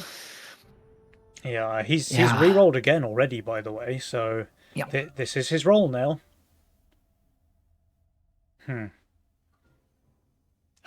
Yeah. I mean, he has atoms and he has tanks. You can make it work. He has Halo Boars. He has Halo Boars as like a pivot into the late game. Yeah. But he needs to go late for this to be of value. Yeah. You need to one-shot imps with the Boars before it's good. I feel like. Our opening with the new Fire Elemental. Can you show the stream Adamus's tagline, by the way? Adam's tagline is, if you Fiesta with me, you lose. And Atrocity is playing Fiesta. Foreshadowing. Yeah. Well, Einar and Narek very happy with this, though of course they don't yet know that Atrocity's playing Fiesta because no leaks on one. Yeah, he had a very, very comfortable role. I mean, he could have gone Green Devil. He could have gone for the Whirlybird. I think he also had like Fire Archer in his role, if I'm not mistaken. So plenty of options. I see something interesting here. Einar has shift-clicked the snail, so he might be sniffing out this Fiesta pick from Atrocity. Although it is actually a Megamind, so maybe he's sniffing something that wasn't there, at least not intentionally. But is it just 50%? No, it's 75, isn't it? With adding nothing, I think it's a pretty decent leak, yeah. Yeah, there we go, 67. Okay. It's going to be a very long wave as well. Berserker not the quickest clear itself. I think if I'm Adamus, I'm opening Fire Archer here instead of Circa. He had Fire Archer within his Circa roll. Okay.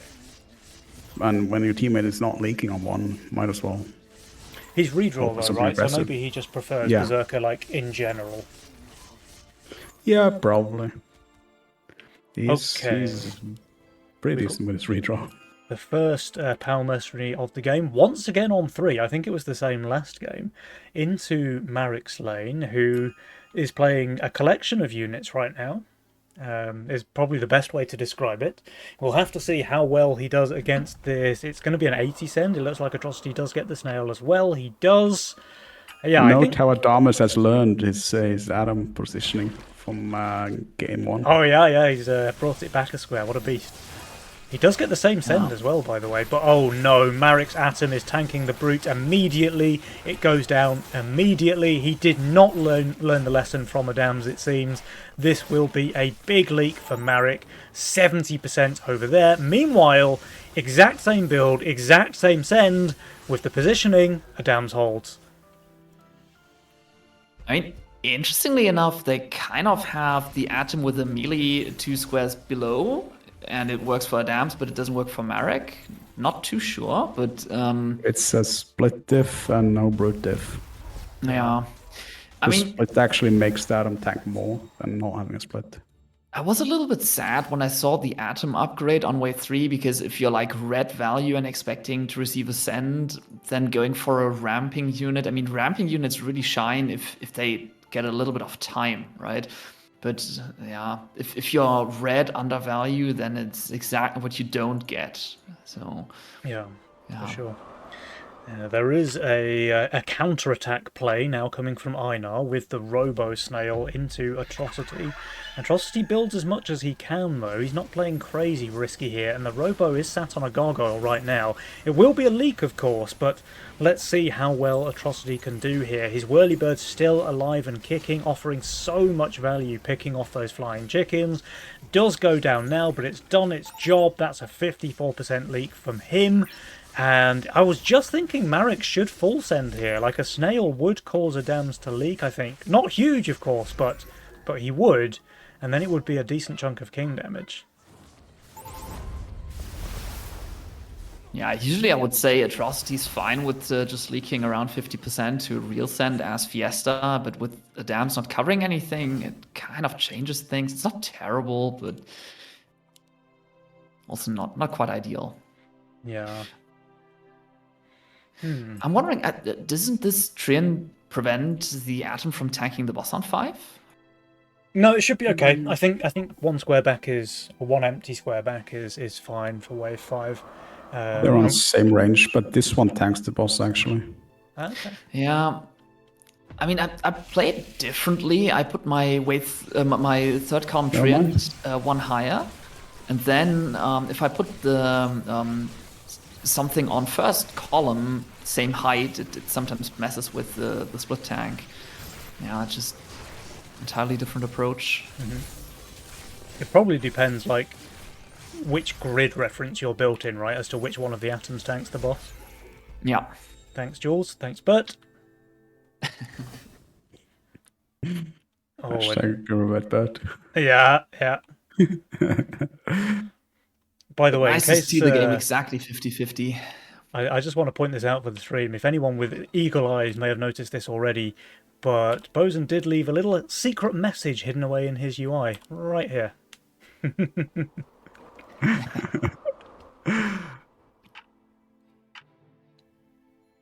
Adam's rolling into the Sea Serpent is absolutely perfect because his build looks pretty garbage on 7 and 8, but Deepcoiler is essentially the best unit in the game on those waves, so pretty nice use of the redraw there.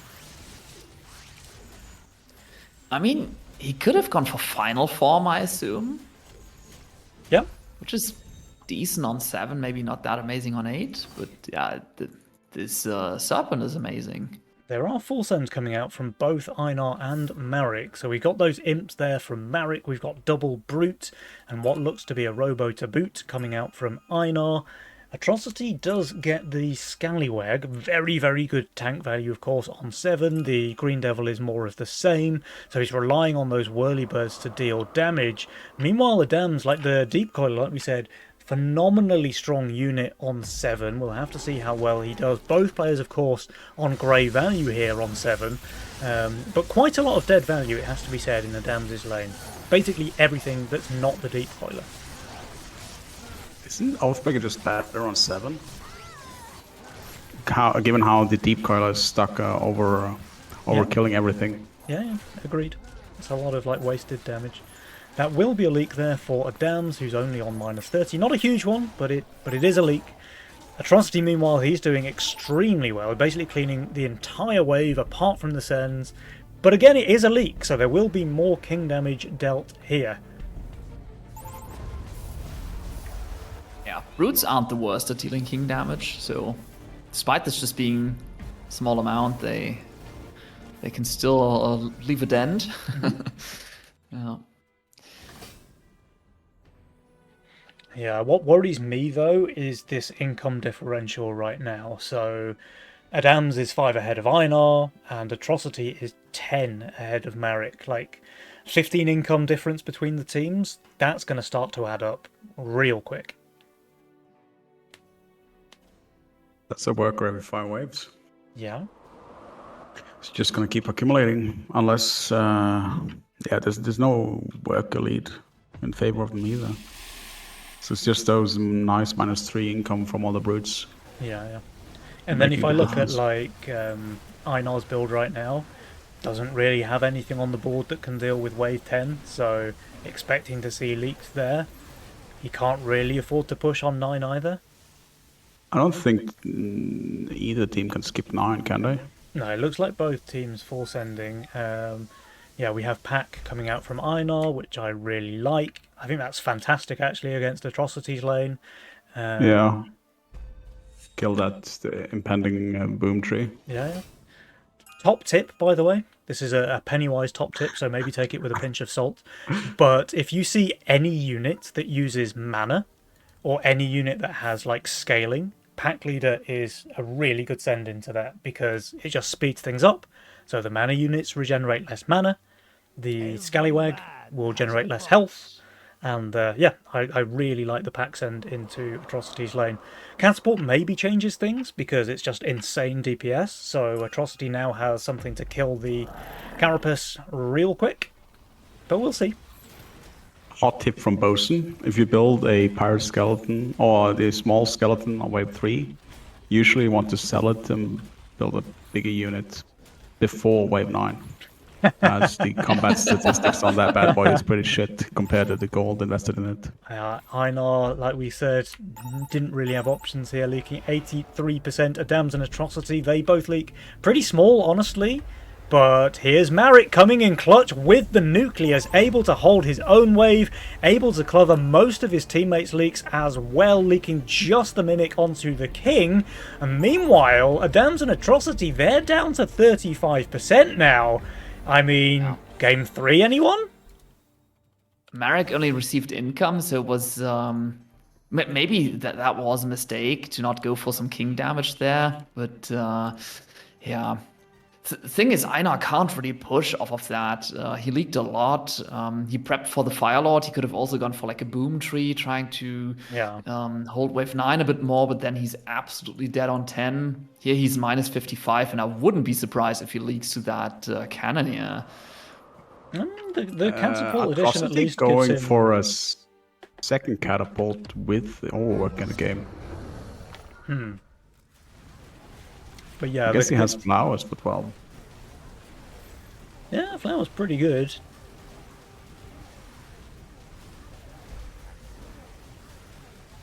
Could be a rough overwork incoming.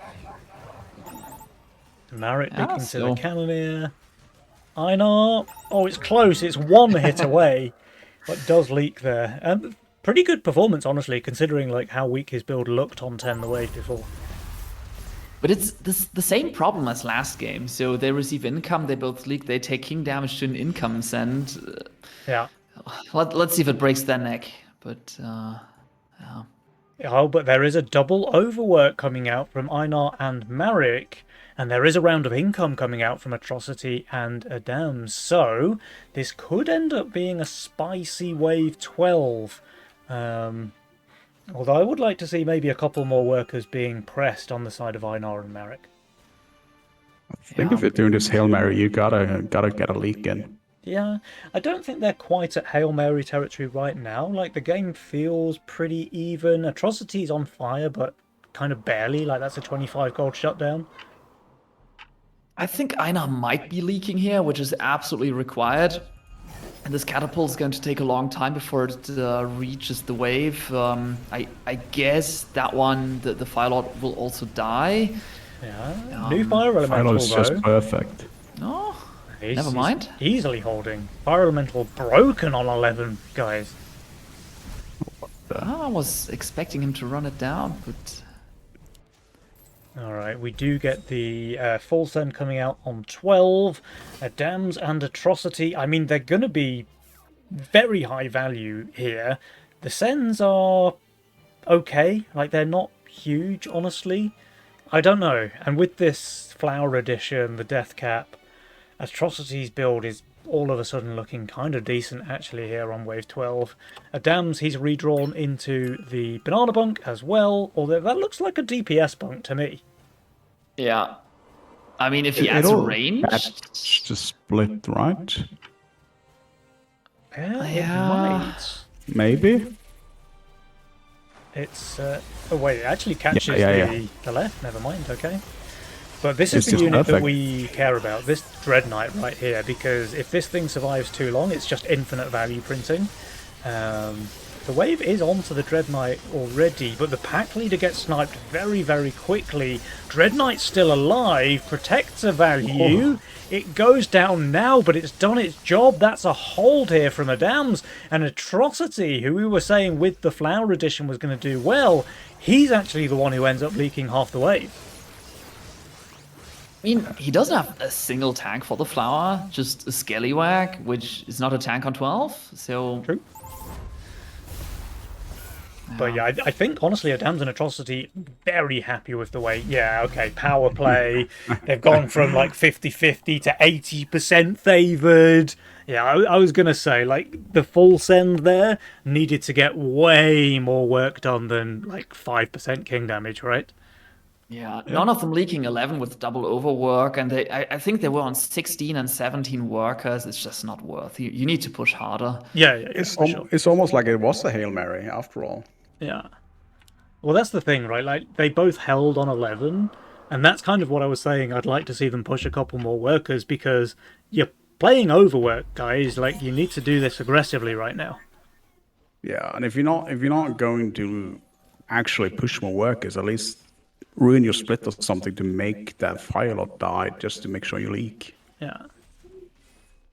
There's always the option to just ruin your build just for the leak with a small T1 unit.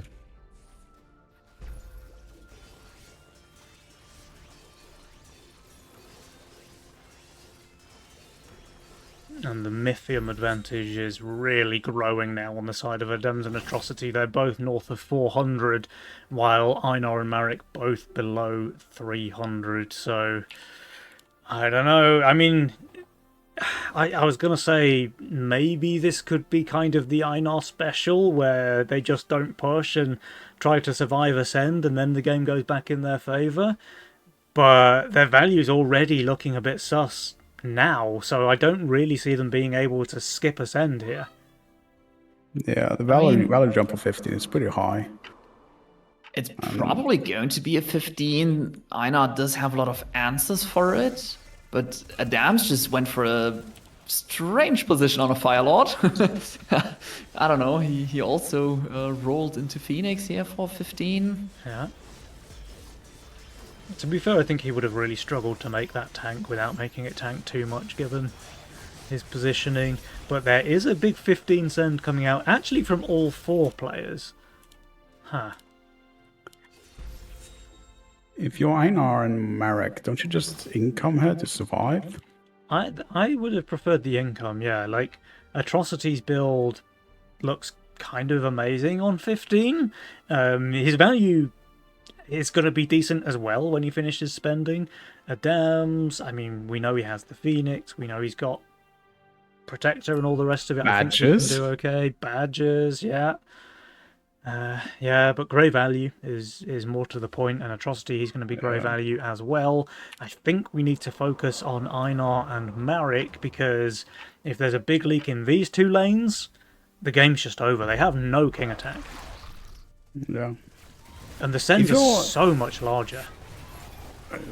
Gigantic. But if you're Einar, with the full magic damage fire rally, isn't it? Just spam it. Isn't there a discussion to just spam it for 15? I mean, Yeah. prior it was workable on 15, but now it's just even better. I think. Agreed. You have the trebuchet for single target damage for the big boss, but let the fire rally deal with everything else. Atrocity does feed a shutdown, a dams. He feeds one as well, but the question is whether or not Marek and Einar will survive here. And it looks like the answer's no. Like, they honestly held pretty well, but just no king upgrades. Absolutely devastating for the MacM fan club. They are into the last chance match. Meanwhile, though, adamantly atrocious after that performance, they are guaranteed their spot into tomorrow's semi-final. So congratulations there for Adams and Atrocity. Very, very well played, and we will see them tomorrow in the semis. But Einar and Marek, they have one more series left to play. Do we know their opponents yet? The lower bracket match, is it still going on? I see King Dan's in the lobby. That game is a 2-1 in favour. Oh no, it looks like Wave 1 was just a remake. I don't think they actually won the game on 1. So it is a 2-0 going the way of King Dan's and Widdowson. So that means that the last chance match is going to be a grudge match. It's going to be a repeat of the series we just caught the very end of. It will be Abrasiat, so King Dan's and Widdowson, up against the MacM fan club of Marek and Einar. So, what do you think about that one, guys? Looking forward to see the MacM fan club in action. Oh yeah, because I'm curious as to how they won over Abrasiat. Yeah. Abrasiat. How do you pronounce it, Matty? Abrasiert. Abrasiat. You need to be more angry, though, don't you, in German? Like Abrasiert. Abrasiat! Abrasiat. I mean, as a Norwegian, it shouldn't be too hard to get angry. I mean, it's West Coast Norwegian. Yeah. Just think about how much better Sweden is, for starters, and see if that does the trick. In what aspect? I think we got him. Sweden is par in every statistic. Okay, guys. Except for car manufacturing. They have a better flag, I think it's fair to say. I really like the colours. Why? We have one more stripe, dude. Yeah, but blue and yellow, man. Come on. Like, yeah, it looks cool. Congratulations. The entire world knows your flag because of the IKEA logo. Well, Penny knows how to pick a fight. Yeah. I mean, look, he kind of threw the gauntlet down. They can Norwegian angry. I think we managed it. Yeah. Now I can speak fluent German. What was the name of that game, Matty, that we looked at the other day? Planetenverteidigungskanoonskommandant, something like that. Absolutely. Achtung. I have no idea. Can you ping it somewhere? Can I? I mean, I don't know if I can spell it. I think I can barely say it. Please spell it just from memory. That would be entertaining just to read. All right. While we talk about obscurely named German games, guys, I think we're going to have a quick 10-minute break for the players, for the casters. We will leave you with yet more meme music. Do not go anywhere. The last chance match will be coming right up in around 10 minutes' time. Until then, goodbye.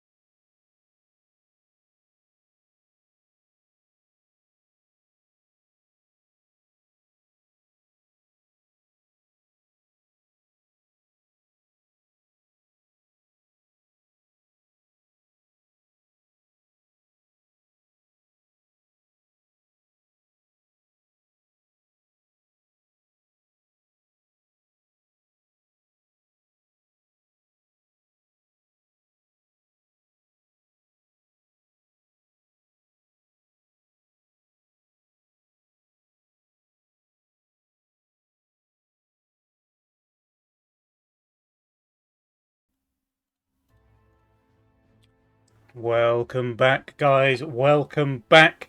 We are here just in time for the last chance match. It will be the last game of the show today as well. So, two teams that we've already seen play. It will be Abrasiat, that is of course Kingdowns and Widdowson, squaring off against the Machem fan club, that is Marek Parek and Einar. So, what do you guys think about this matchup right here? I think you're using scene very broadly here, as we call two waves from the last part of the series. Mm-hmm. But I'm curious as to how they actually managed to win over Abrasiat. Are they rusty? Have they played anything since last Nova Cup? Or what happened? Because in my book, that's a matchup Abrasiat should win every day of the week. Yeah, I also feel like they should be the favorites. I don't know, Marek Parek and Einar got the win over them. Very often, I feel like consistency is something that you need to win tournaments. So beating them twice would really impress me even more. Mm-hmm. Yeah. Looking forward to see if they can repeat that. Yeah. It's probably worth like a brief introduction for newer players, so anyone joining us via Epic last month. Kingdowns is pretty widely regarded as the greatest player of all time in Legion TD2, right? I think that's fair to say. There's probably a few other contenders, especially since he hasn't played as much this year. But he's just a phenomenal player, and he's won Nova Cup so many times over the years. Widdowson most often winning it with him, but he's won with other partners as well. And it seems King is just always on his game. But after a while, the rust might set in, and if he's not been practicing Legion too much lately, then the goats can be taken down, and we did see that happen in the first series with Einar and Marek winning 2-1. So the question is, will King and Widdowson take that to heart and be able to shape up here in the last chance match? Or are they about to get knocked out of Nova Cup right here by the Machem fan club? I guess there's only one way to find out. But look, Kingdowns and Widdowson, two extremely talented players. I have to give them the edge. But having said that, we've already seen them drop a series. And I don't know, man. Like, this Einar guy's been playing really well on the ladder lately. He's constantly sat north of 3k MMR. And he plays a lot. Like, if we're talking about Kingdowns and Widdowson being rusty, Einar's the opposite. He plays a lot of Legion right now, so he's up on the current meta. He knows what's good. He knows what's bad. I think this could be an interesting one. Yeah, I just looked at the Kingdowns profile because I was really surprised that King and Widdowson were both on like sub 2.6k. Kingdowns reached 3.3 and he got degraded to 25.99. So above 2.6, you lose elo for every week that you don't play. And yeah, he's been inactive for multiple weeks. Last game he played was 24 days ago. So he reached 3.3 and then just kind of left. yeah. Just disappeared in a puff of smoke, right? Yeah. Hasn't he openly stated that that's his tactic? Just grind ladder early, to make sure he and Widdowson gets Div 1. It could and go be, back to TFT. I'm fairly certain he has said that in an interview. That's just a secret sauce. Just get the elo, so Widdowson doesn't have to grind. Yeah. Because his elo alone is sufficient to get Div 1. And as long as they keep winning, they get the bonus elo from winning. But getting 3.3 early on in the year before any inflation, that is super impressive. So kind of undermines what Penny has been saying about him. Yeah, I mean, he's pretty good. Like, Kingdowns he's not bad, I think that's fair to say. He hasn't yet found his way to the lobby, though, so gaming skills top notch, lobby finding skills pretty subpar, I think it's fair to say. But I don't know, like, Widdowson and Kingdowns, if we're looking at their current elo, they're both in like the 2.4k bracket, which is just, this game should go to Marek and Einar every day of the week, right? But we know that doesn't actually reflect their skill levels here. So yeah, I don't know. It's an exciting one. I'm definitely with you both, and I want to see what it was that Mac M Fan Club did in the first series, because we only really saw the very end of that last game, right? So they must have been doing something right, though, to obviously take the first game and then play that second game in a way that led them to victory. So I guess we're about to find out. Hoping to learn some secret sauce or a new recipe for victory. Yeah. You can't apply that secret sauce to Factorio. Yeah, that's true. But maybe if I learn some secret sauce, yeah, along with all the viewers on Twitch. I'm going to go out on a limb. Like this is a really bold prediction here, but I think the secret sauce might involve Lock-in Atom and Kingsguard. I don't call me crazy, guys, but I'm saying it now. Yeah, how do you explain the second win of the series then? Megamind into Lock-in Atom? I only took a very brief look at the profile. I think that it's actually the second match that they won with Kingsguard. On the previous series, it just surprised me a lot that they went with Kingsguard and had 0 king ups on wave 15. No, yeah, that's an interesting one. But Lock-in Atom. Enough caster yapping, guys, because game number 1 of the last chance match is here. We have Abracete on the left, Mac M Fan Club on the right. Let's go. And yes, there is a Lock-in Atom, there is a Kingsguard. Marek and I are really mixing things up. Casket Seedling, Disciple Boar. And Angler. Just for the value. A really nice castle roll there.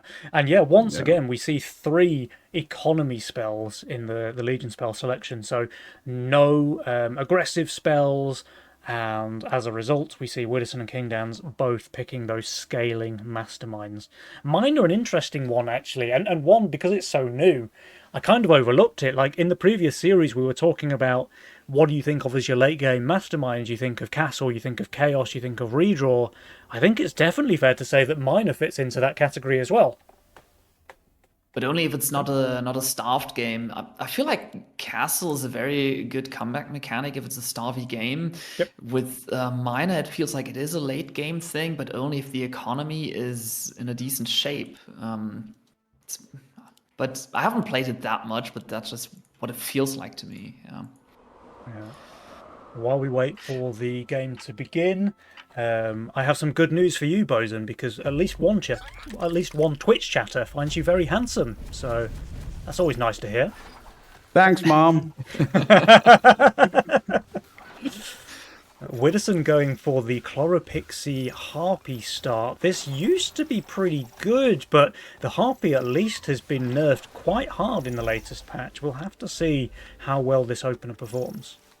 Yeah. By the way, Marek went for an instant reroll again, which surprises me a little bit because he did have atoms, he did have a Tempest to go alongside it, and he had some workable tanks to play early on, but still instant reroll. Not the biggest fan of it. Yeah, I would have saved that reroll until wave 6 at the earliest, I think. Yeah. Wait, was this a post-income snail into Kingdowns? It was, right? Doesn't this just easily hold? Think so? I think so, because the angler off tanks, right? Yeah. Maybe it kills the angler. Yeah, it kills the angler. Like the snail deletes his stacks. Mana. It's preventing stacks from the angler. Yeah, okay. I mean, it was very close to leaking as well, but... meanwhile, Widdowson, he does leak the no-send. What a beast. That's just pixie value, dude. Yeah. Oh, king damage. Insane. Ooh. Mac M Fan Club. I mean, the secret sauce is coming out, Bosun, already. Oh my gosh. Weirdly enough, Jules actually favored after that leak. I can't imagine why. Jules really hates post-income sends, is the answer. Yeah. So... And Jules loves the Sakura Chloropixie Lithium. Yeah, he's a big fan of angler stacks as well, I think. Yeah. So Marek is playing it very aggressively, which I like. He does receive a lizard here. He almost could have received 2 lizards here, and he... I think to 2 lizards it could have... But to 2 lizards it could have been a 100%er, couldn't it? Oh, yeah. To 2, yeah. You're right, absolutely. Wait, is he fine? Is he fine? Nice. Marek? Wow. 70%. Oh no, and it's all on 1 HP as well. At this point, do you throw out the Brute for wave 4? I mean, he can. He has the Mythium. He has the technology. Does Marek even get 100 gold here? Yeah, he does, right? Yeah. So he's very easily holding if he does go for that casket stack. Widdowson just goes for the Fiend, though, so I would have been interested to see the Brute, but it is risky, like, yeah, there we go. We have the casket stack coming out from Marek, and that just pretty easily holds more or less anything on wave 4. So I think the income send is fine. One thing that I also might have liked would have just been a skip here from Widdowson, because Marek might be pretty vulnerable on 5. Yeah, I mean the upgraded casket on 4 always feels like a desperation move to me. Like, oh, I have to hold something really big on 4 because it's just so bad on 5 and 6. Yeah, it's dead value. But he actually changed his mind, so last second he sold the casket, built the Atom, and as a result he's leaking half the wave to a Fiend! Huh. They started so well with the wave 2, killing the Angler, leaking the Widdowson. Widdowson would have had one hell of a Fiesta game this match. But if he hasn't. He Fiestant indeed. Oh, speaking of brutes though, here it comes. There's a robo coming. Yeah. But now, what I do like is that Marek updated his positioning, as in putting this. Never mind. Forget what I was just about to say. Where's his Tempest gonna go? Great question. I think I don't know. Maybe he just sells the Proton again. I'm not too sure. Well, he's killing the Scorpion King. I don't know how much else he's killing. Atom's going down very, very quickly. Backline being overrun. This is a juicy leak here. 69 for Marek. Very nice if you're Widdowson. Not so much if you're Marek. Einar will hold against the Lizard. Kind of barely. This will be more king damage on the side of the Macam fan club. Widdowson, meanwhile, leaking very small to a Dragon Turtle, but he has those 9 workers, so long waves really helpful for the Witherman. Did you see Widdowson's board? For some reason, the boss went right. Huh. Jules? Jules? Where's my Jules? Consistent pathing? Where's my Jules? I can't find my Jules. There's my Jules. There he is. That's some shit animation. That's how you do Jules. The correct animation is this one, which you can't see, but the stream can. At least Bosun and I have the rip emote aligned to one another so that we can do a vertical and a horizontal one. So that's teamwork, guys. That is proper teamwork. All right. First rodeo. Meanwhile, Widdowson receiving 100 send. There is a Brute, there is a Robo. He did upgrade the Sky Queen here, which, I mean, it's a fine play, but it's not good enough. 60% leak there for Wibberman. King Dans, though, with the Orchid, that's an easy hold from him. And Marek Parik actually holding away for once. Incredible. The King Up not proving deadly this time. I feel like Marek is just feeding King Dans this game. Yeah. There's no real sun, there's no pressure on weak waves. I mean, he did skip 5 on him, but then just for Cannonair, King Up. On the bright side, he's also feeding Widdowson with all the leaks. That is true. Penny, so Abrasiat getting well fed.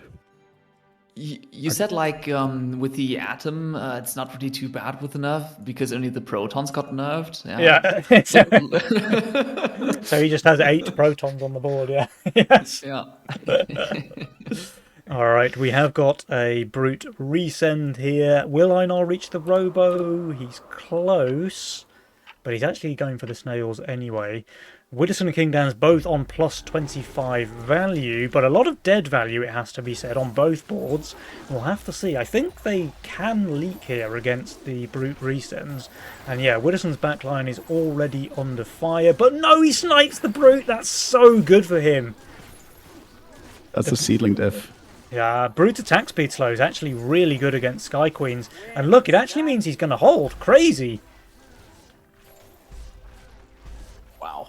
Meanwhile, Kingdowns is holding as well.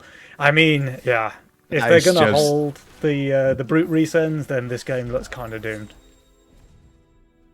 I guess if you're Kingdowns, you get perfect aggro. Yeah. Because that was actually perfect aggro on these bad boys. I mean, Widdowson's was pretty good as well, sniping that Brute, but here we go. That is strategically placed seedlings. Yeah. Trust. Widdowson, and Kingdowns is strategically placed bounty hunters with increased range. Yeah, absolute machine. Widdowson's on fire. Oh, wait. It's currently wave 8. They have a 72% win probability. And Kingdowns is right behind him with Castle. Yeah, it's pretty rough. I mean, I was thinking maybe Widdowson will have some big trouble on wave 9, seeing that he literally just has one Oathbreaker, which is going to help him there, but he receives more income here. Also, he has plenty of value. He has the possibility to add a gate. His teammate can just go for a Kingpin, so I don't know. No I'm pressure. fairly certain with 2 Sky Queens, a gate can't fix wave 9 for you. Yeah, but Einar would need to send something like a pack leader to really deal some actual damage. Widdowson is plus 20 here. Yeah. I'll tell you who is in a bit of trouble, though, is Marek Parik. He's receiving an Ogre and a Brute here on 9. Do you know what kind of units are, like, bad on 9, guys?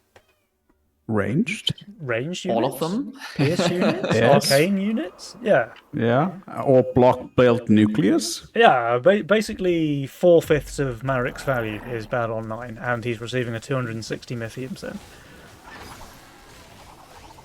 Einar, I think, should do okay, especially if his Slime Mummies both reach full mana, which they do, so I think he's fine. Let's focus on Marek meanwhile. The Ogre is doing work, but wait, are atoms broken? Was Marek right all along? Or is it just 1200 value on 9 that's broken? I think value is strong. Value is strong. I think both. Leaking just the Ogre is really good there. Although, honestly, if you're 1200 value, you kind of just want to hold. I feel like the first pack leader sent into Widdowson, Marek, or Einar, it doesn't really matter who it is. It's going to be really devastating. Yeah. It's good against all of their boards, actually. Yeah. I was surprised that Einar did so well. I mean, he has Swift and Arcane, lots of that stuff, then ranged damage up front. He didn't really have that many amazing units for Wave 9 except for the Boar. Don't sleep on Slime Mummy on 9, dude. Yeah. If they can take off, yeah. All the Boar needed to do was like survive long enough for Slime Mummies to get full mana, and it did its job, and then the Slime Mummies popped off. Yeah. And then your Tree Bazooka suddenly become a consistent damage source. Alright. Nucleus dead. Nani? Uh-oh. Marek? Hello? Nucleus and Tempest dead before your Samurai? That's also, like, his Nucleus is block built, right? It's just... Yeah, he's cosplaying IKEA Guild when he's in fact in MacM Guild. I mean, it's really painful for him because he wants to use the Tempests, and having a block build is going to make this super inefficient. Yeah. There are full sends coming out from 3 of our 4 players right now, though. Has anyone tested whether or not the limit for one Nucleus is one built or one on the board? I.e., can he, say, sacrifice this bad boy and build a new one? Oh, I haven't tested that, but that is very interesting. Let's see if... let's make him sell it and find out. Yeah, just enable debug and sell it for him. Kind of interesting that they go for a real send and then pick the economic spell. I mean, There anybody are can go for only economic Savior spells to here. pick. There are no Yeah, but aggressive spells. I mean, as in there is Savior on the board, and they still send into the Savior. Kind of. That's what I meant. Yeah. Well, I think it's working at least against Widdowson, so that should be one shutdown. How about King Dan's? His Kingpin is dropping down. This will be a leak on the King as well. Widdowson leaks 64, 25 gold shutdown. Marek leaks as well. Einar, of course, holding against the income send. This is the big one, though. Will King Dan's leak as well, feeding another shutdown? It's close. And he does. Okay, it's a baby leak, but still the 25 gold, that helps. The king damage, that's going to help. They are on the dreaded 69% win probability right now. Einar coming in clutch, holding his lane, covering his teammates' leak, so no more king damage dealt to the Machem fan club. There's a second round of income coming. Yeah. Einar actually has the most workers in the game right now. He's a massive 0.1 worker ahead of King Dan's. Yeah, but I mean, at least this time, their opponent's lanes, so Widdowson's and King Dance's lanes, they do have some weaknesses. And it looks like they might be exploitable at some point. Yeah. So, yeah, them being behind on 29%, it's not as much of a lost cause as in the previous games, I feel like. I mean, like 14 Marek? looks really good against Widdowson, right? And pretty good against King Dan's as well, honestly. Yeah, but King Dan's is embargo here. Do you ever just... okay. But That Marek changes. shifted 200 gold, hoping to catch a 4 on 13. And he has a Doomsday as well, so Yeah, this The is an shift imminent should- doomsday. yeah. He can either drop a Question full is- Doomsday or a full Fatalizer, I guess. Yeah, I think I like the full Fatalizer with that much gold invested in Nucleus and Oh, Adams. everyone sends. Okay. I actually didn't expect this. I was just gonna ping on value and sending. Ouch. Yeah, and he shifted 200 gold over value last wave just to be on value this wave. Yeah. Yeah, he has fatalizers for the delay so that his nucleus can ramp. I don't mind this too much, but Well, yeah, King Dan's Einar's on not value. holding here. He's 500 undervalue with not great units. He's receiving a pretty big send as well. The biggest It's only send. damage is the slime mummies. Yeah. So it's going to come down to whether Marek Centaurs. can hold.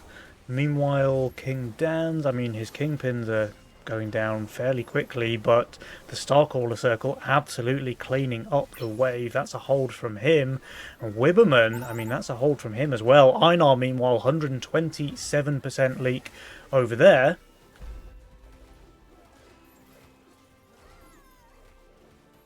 Yeah, Marek barely holding, but they will take a decent amount of king damage. Yeah, he only has the nucleus left alive. But crucially is Widdowson and King Dan's both holding the full send here. So even though they stay alive, the economic situation is just further and further out of their reach. At least the King's God has, in fact, some king ups this game. Yeah. That is true. Yeah, but King Dance is super far ahead. He's plus 400 value if he wants to be. He has Disciple Balls. He has a great late game role now. It's going to be very, very difficult to pressure him now. He's ahead in income by 1.5 miles. Ooh, yeah, He's tricky. actually 100 income ahead of Marek. That's crazy. Just castle. Yeah, And actually pushing the worker button. yeah, that helps too.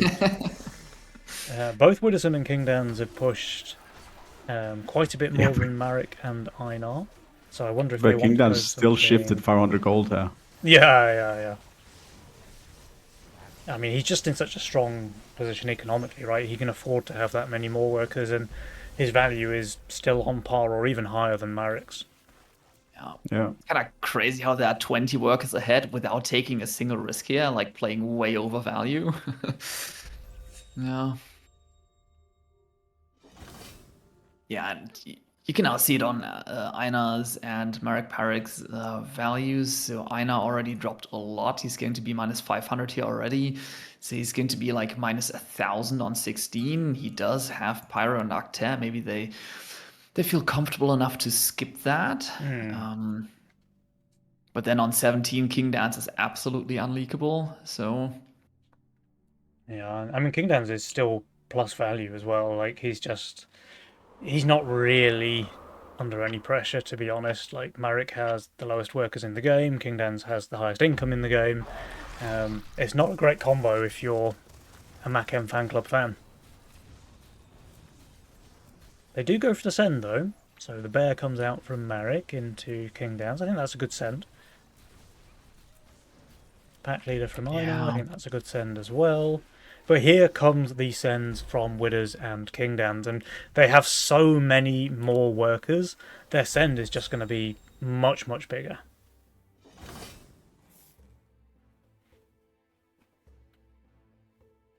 I can see a way where Einar is holding here. Also, he's not receiving any bears. I mean, that Kraken is going to be kind of impossible to kill for him, I assume. But Yeah. he should be able to kill most of the wave.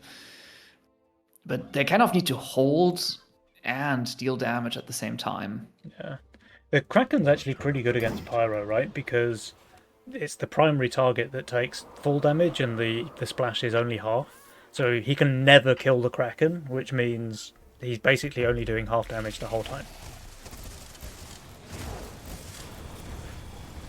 Yeah, but I mean, he is the GOAT, but I would always spare him. Yeah. I mean, it looks like his build is doing pretty well against the double Hermit Kraken. I was just gonna say it.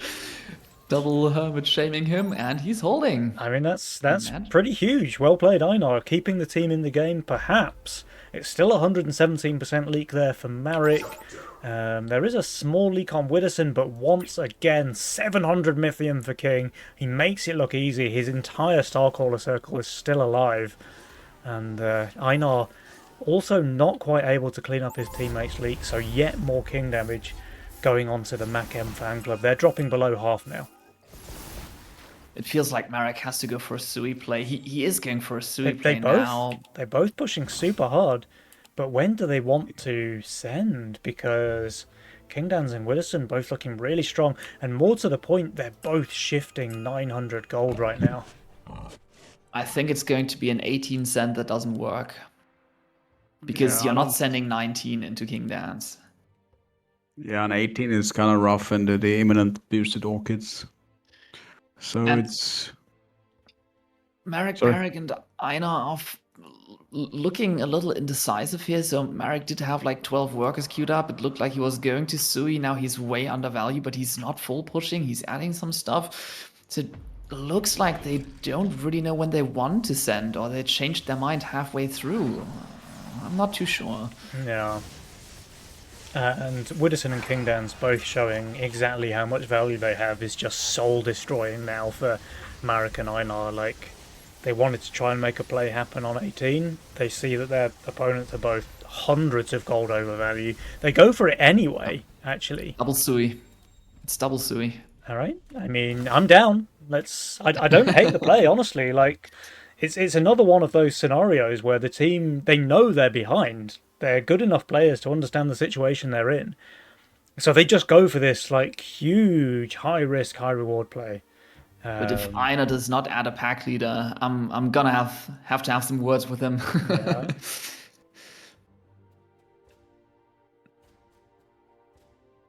But King Dance is literally plus value. Widdowson is basically on value as well. I don't know.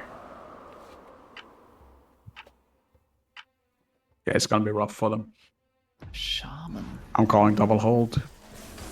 Widdowson receives 1120. King Dance receives 940, including that double Shaman, Matty, that you mentioned. I mean, it's damage, but it doesn't really help keep the wave alive against this double Starcaller Disciple Circle. So it looks like the first hold has been secured there in Kingdown's lane.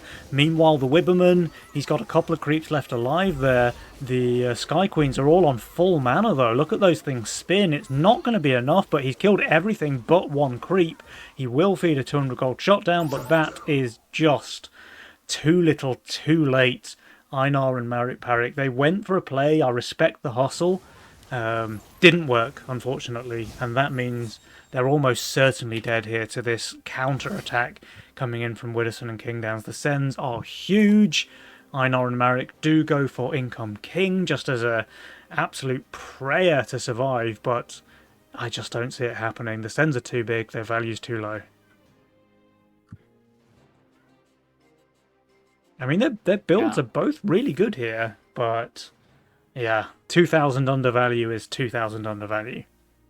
Yeah, and Widdowson and Kingdowns at least have the decency to not drag it out. They full pushed. They're playing just on value, not plus 1,000, which I'm sure they could have done. Yeah. So now Marek minus 2,500. Let's check out this chunky ball splash here from Einar.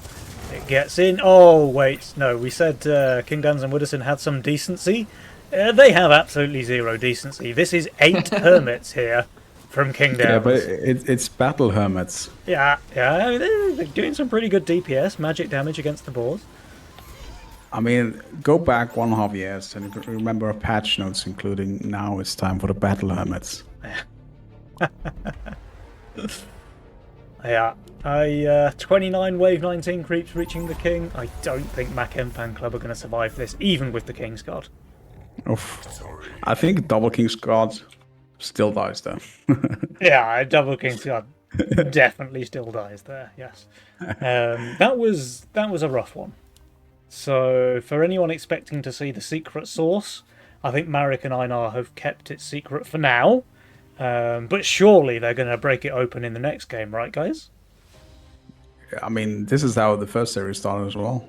I lost for the Mackem Fan Club. Yeah, so they just need to So if you're reverse part sweep. of... Sorry, Penny, you missed this one last time, and I just need to say this. So if you're part of the Mackem Fan Club, there's still hope. I can't see how you missed that one. It's really difficult for me to do like more than one thing at once, and often I struggle with that. So don't take it personally. Yeah. But let's see. I mean, it's 1-0. Abrasia. That was their castle and minor pickup, so they won't be able to pick those again. Yeah, I mean, Kingdowns had an illegally strong roll there, both for early game and for late game, and then with the castle just scaling, he didn't really have a lot of pressure applied to him. He received 1 real cent pre-10, and he received 8 cents in total, so he got fed like crazy, and was able to scale away with his KPs. Yeah, I think they have to apply a bit more pressure to him and not give him a free game. Yeah. I mean, they did try, right? Like, they did go for some early game aggression. It just didn't work out. Like, I think they got some work done on 6, and then they went for, like, a resend on 7 that King and Widdowson both held. And from that point on, the game just kind of spiraled for them. They tried. Like, they weren't just income kinging by any stretch. It's just Widdowson and Kingdowns kind of had their measure that time around. Yeah. I looked at the graph. It was very, very, very decisive from the early waves on already. I think Marek got leaked a few times in the early game, and he had a rough one actually. Yeah, all these pro leagues by the cartel. No, not cartel. What was it? Minor. By the minor player, like cosplaying Fiesta kind of. With Core Pixie. Yeah. Just generating value both for him and his angler teammate stacks. I mean, in a way, that's kind of Fiesta adjacent as well, right? Like, that's why Pixie and Fiesta was such a strong combo when it first came out, because both things are getting value from leaking. So Widdowson doesn't care if he's leaking 25% here and there, because he gets 5, 10 Mythium every time he does. Like, that's as good, sometimes better than the Fiesta gold that you would get. So yeah, very clean game, I think, from King and Widdowson. King, I mean, did King even leak in that game? If he did, it wasn't very much. He had a very, very clean game there. Like, he just seemed an unbreakable wall, while Marek was kind of struggling a lot in the early game.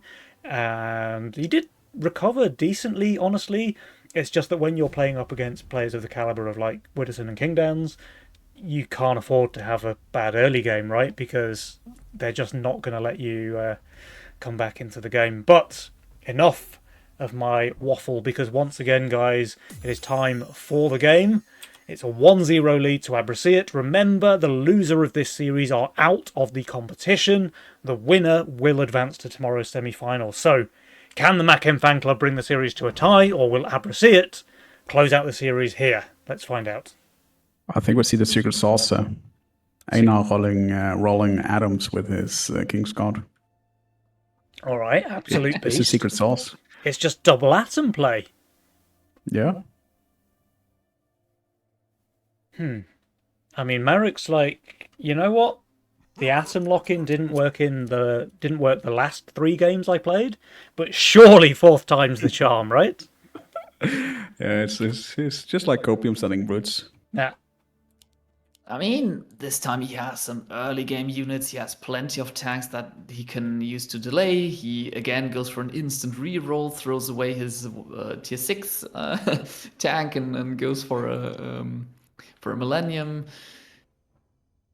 What I don't really understand is if you have all the units you need for the first 6 waves and you just need a bit of PS damage for wave 7, why reroll on wave 1 where you're gonna get some additional tier 1s possibly in your reroll?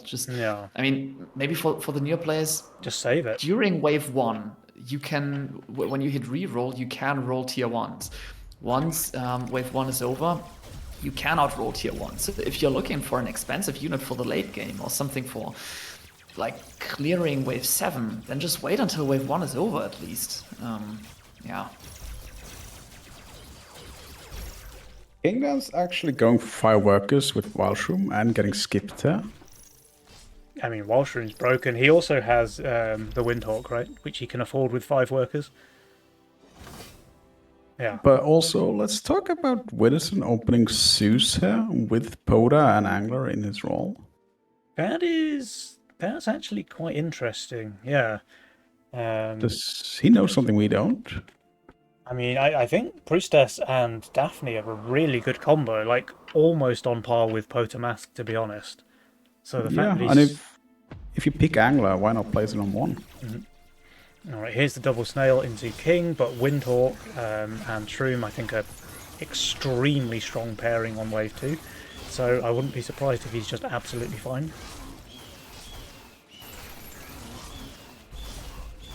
And yeah, it's not even close.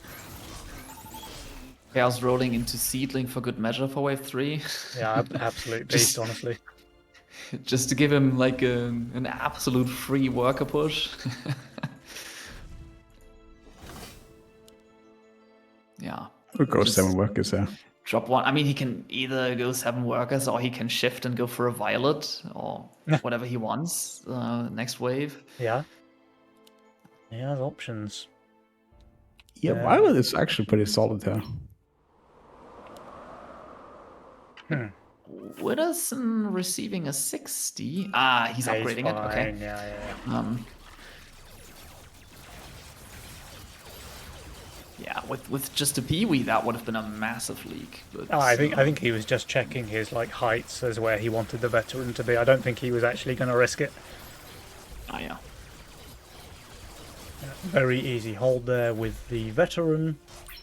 Kingdowns is leaking though. The Seedling wasn't enough to hold the big snail send. And yeah, Widdowson won't be able to full cover this either. So First Blood does go the way of the Mackem Fan Club.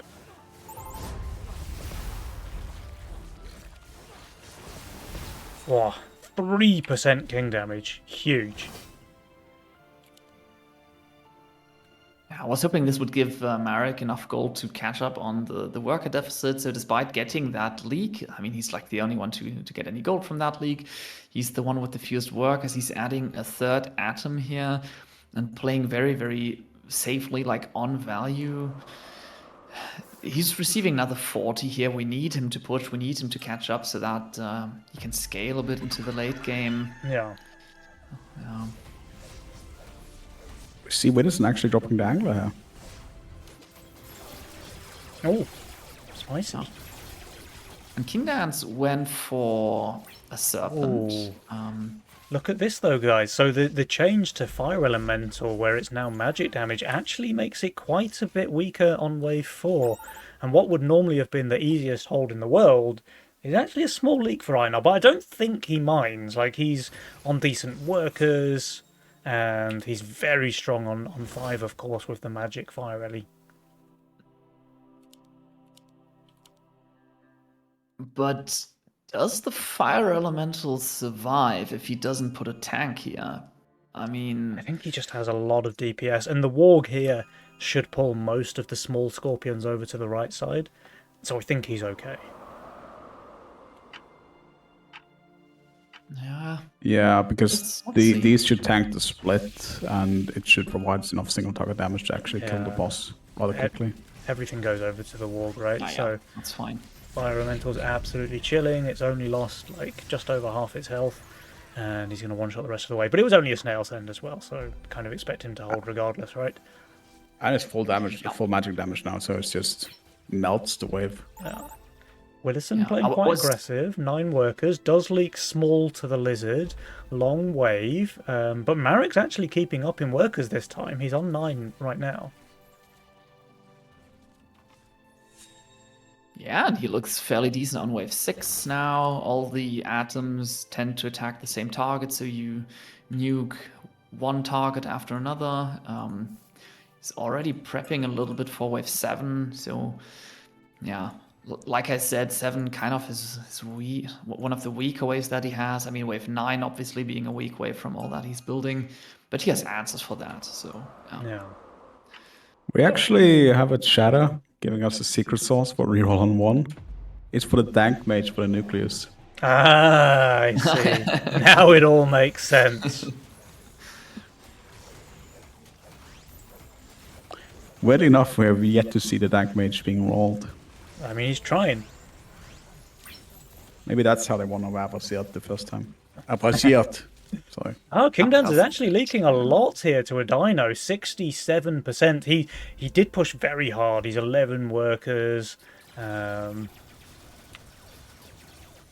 Still surprised he leaked so much to just a Fiend, though. Like, these units are generally pretty good on 6. Yeah, he didn't have the best of split tanks. So, I mean, obviously the Bone Warrior dies very quickly, and also the Windhawk is soon to follow. Just, yeah, not a lot of delay for the Cano to heal up. Yeah, and the Rocco stacks pretty quickly on even tier 3 units to have that damage amplified. Alright, we have got a full power send coming from both Einar and Marek here on wave 7. King Dance and Widdowson both undervalued. There's double brute here from Einar. Marek could only afford the Robo. We'll have to see how this performs. And Widdowson, I mean, with the double veteran, he certainly has good tank value, but Brute's, of course, good DPS against that. The Daphne tanking absolutely, not quite perfectly. It does die. Meanwhile, in King Dan's lane, I mean, the Pilgrim is just says God split. Yeah, infinite value, like a 3-way split with the Pilgrim healing everything. That's insane. He will leak, but this could have been so much worse. 38% very on decent. King, 60% on Witherman. I do really like the Brute Sense, though, because both of them are not showing the largest amount of DPS. I mean, King Dance did have the opportunity to go for a Deep Coiler, but if people just have like 1 DPS unit on the board, then Brutes can just, be very, very painful to deal with. Yeah. Einar's actually going for a full resend here on 8 as well, so he will be able to get another double Brute out. Widdowson's playing very high value. A lot of his value's quite bad on 8, though. Like, Zeus is kind of dead value. Angler's obviously very weak on 8. Isn't this Daphne just dead here? We're about to find out. The Zeus might take the tank as well. We'll see. Oh yeah, they're on the same positioning. It is the Daphne, okay. But the veterans come in time to tank, but the Daphne goes very, very quickly. That was his highest DPS unit for this wave, by the way. So 140 Mythium looks like it is going to get the job done. The Bounty Hunter goes down right now, so didn't get very many stacks at all. And the Zeus can't kill anything by itself. 58% there on the Wibberman. It was only an income king, though, from Marek, so King Dance is absolutely fine. And look, sure, they're going to get a bit of damage here, but one, the Deep Coiler is clearing a decent amount of the leak, honestly, like, fair play. But two, King Dance, he's on 16 workers. Actually, so's Marek. Marek is showing signs of life this game. Like, he was really struggling in the previous one that we watched, but he's playing really, really well this time around. I think the difference is he actually upgraded his atoms. Yeah, what a beast. Actually, That's one thing. You're right, yeah. But Einar is also playing real send into real send into real send again, so Yeah, he's and receiving a bit of support. The third cope send, as any Mr. Slickins fan knows, is usually the deadliest. But in this case, it's deadly to Einar, because Widdowson's got an easy hold here, I think. That's a nice -6 income for Einar. Yeah, -6. And some juicy +9 or 12 gold for Widdowson. Yeah. Oh, he's even sniping the brute as well. Depressing.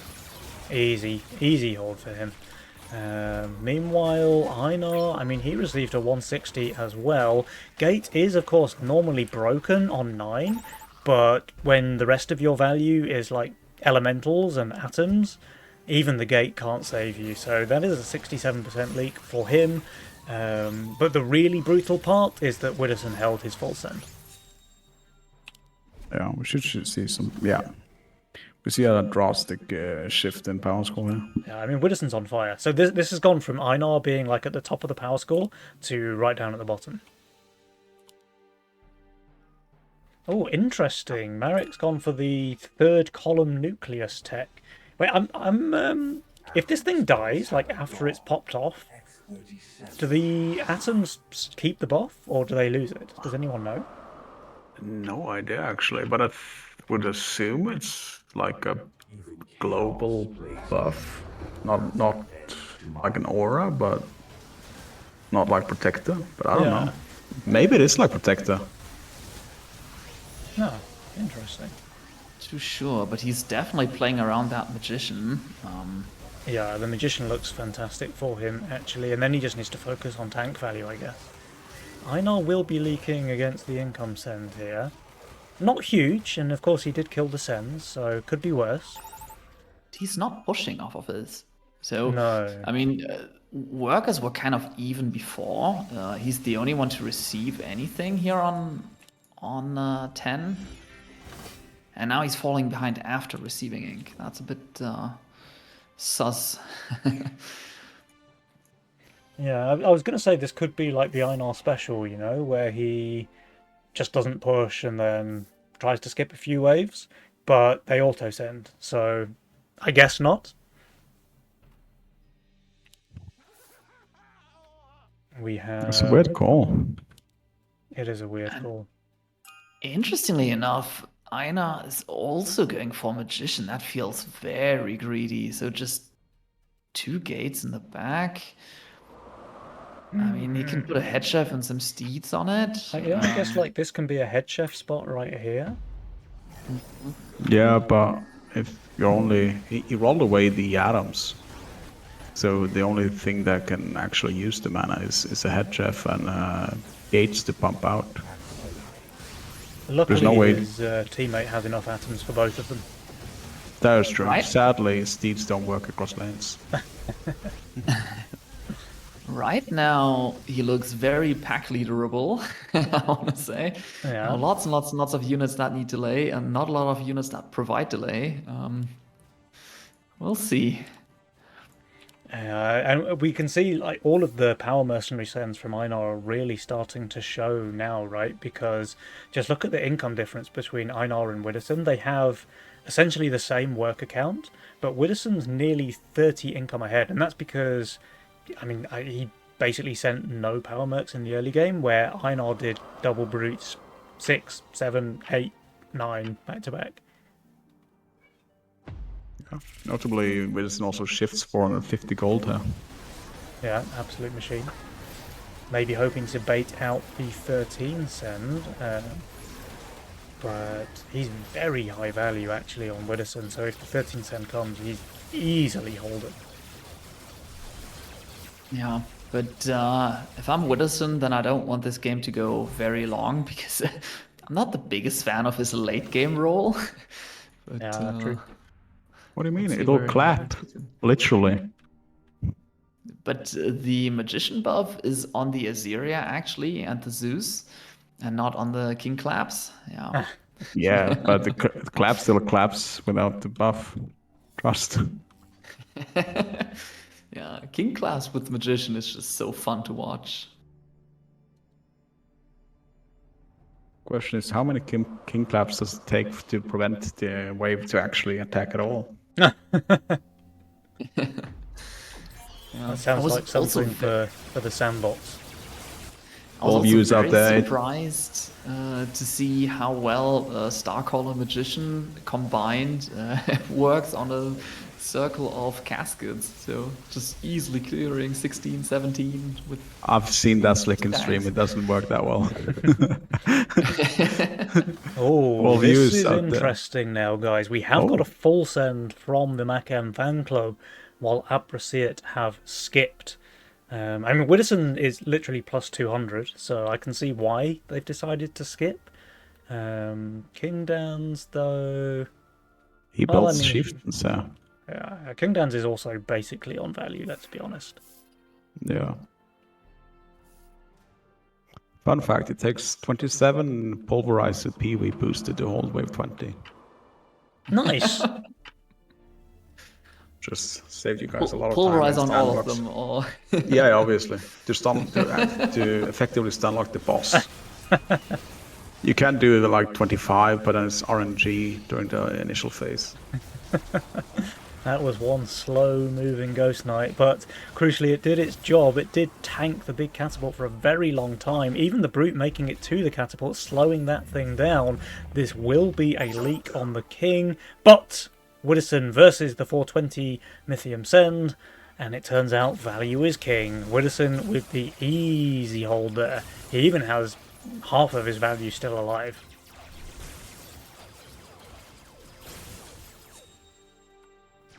It wasn't even close. No. And yeah, the game that again was close until just now is now very, very heavily in favour of Abrasiet. Einar's kind of falling further and further behind. A lot to do with those power sends in the early game, but I mean, he tried to keep Widdowson honest. I can see why he made those plays. And they did get a decent amount of chip damage as well. It's just, I don't know, unless you're leaking both, those early game leaks just don't seem that impactful. yeah. And now that King Dans and Widdowson are ahead, yeah, being ahead with Castle is just with Chaos is just so comfortable. Yeah. I mean, he literally had answers for every single wave that he wants to prepare for. He had like Butcher Nightmare, he had some Doomsday or something. He had just the option to prepare for any wave that's coming up, and that's a very, very comfortable position to be in. Yeah. Okay, they have got a nearly fully upgraded king on the Macam fan club. I have a feeling they're going to need it because they're both going to be receiving around 1,000 Mythium here on 16. They do go for full sends of their own into King and Widder, but I mean, once again, Wibberman is just on value. King Dans is basically on value as well, and like the truly skilled Chaos player he is, he rolls Honeyflower when the 16 send comes out.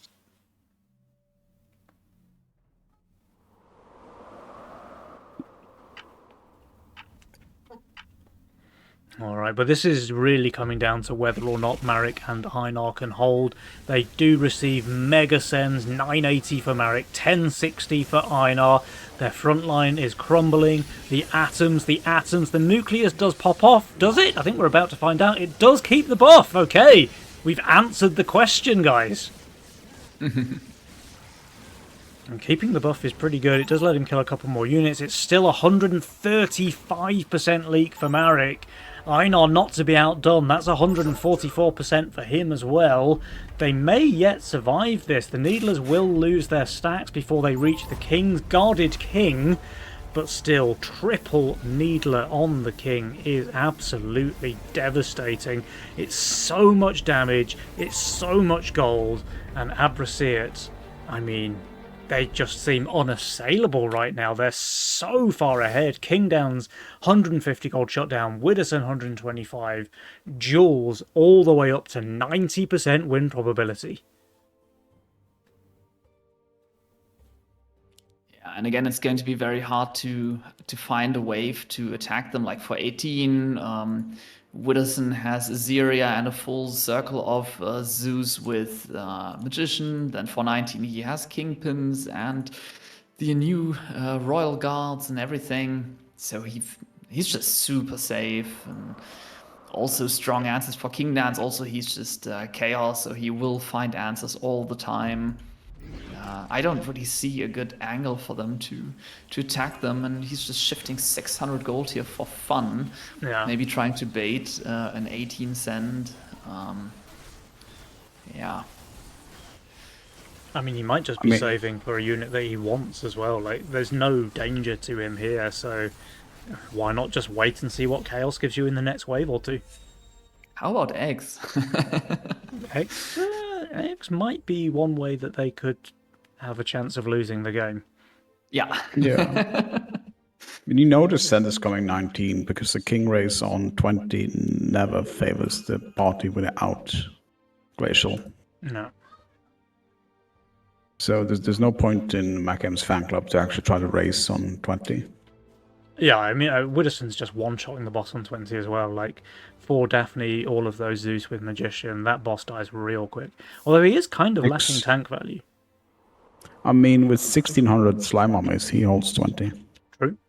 You tested, I see. Very nice. I think Slime Mummy is going to be less powerful on 20 now that they changed the way Slime Mummy works. It's not spawning this small third blob anymore.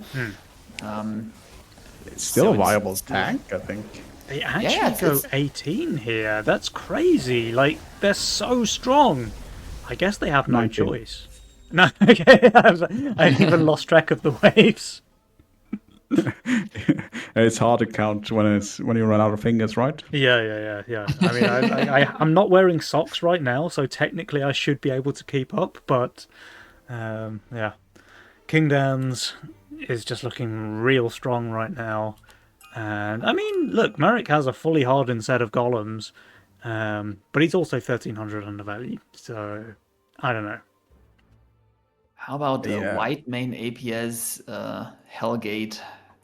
Sounds very juicy to me. Yeah, that, if anyone's holding, it's probably the Wibberman, just because his value is so high. But interestingly enough, he did go for a bunch of new Royal Guards here on 18. I would assume that... somebody didn't read the patch notes. Yeah, I don't think it's worth it to place them here. He had to place them like 2-3 waves ago for them to have their value. Yeah. But, yeah.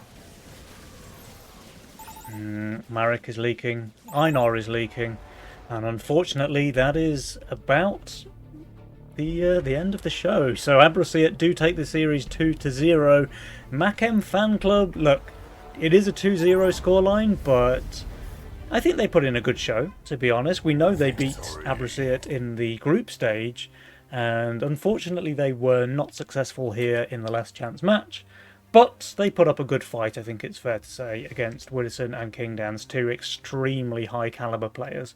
So, fair play. Marek and Einar, you played well. You should be proud.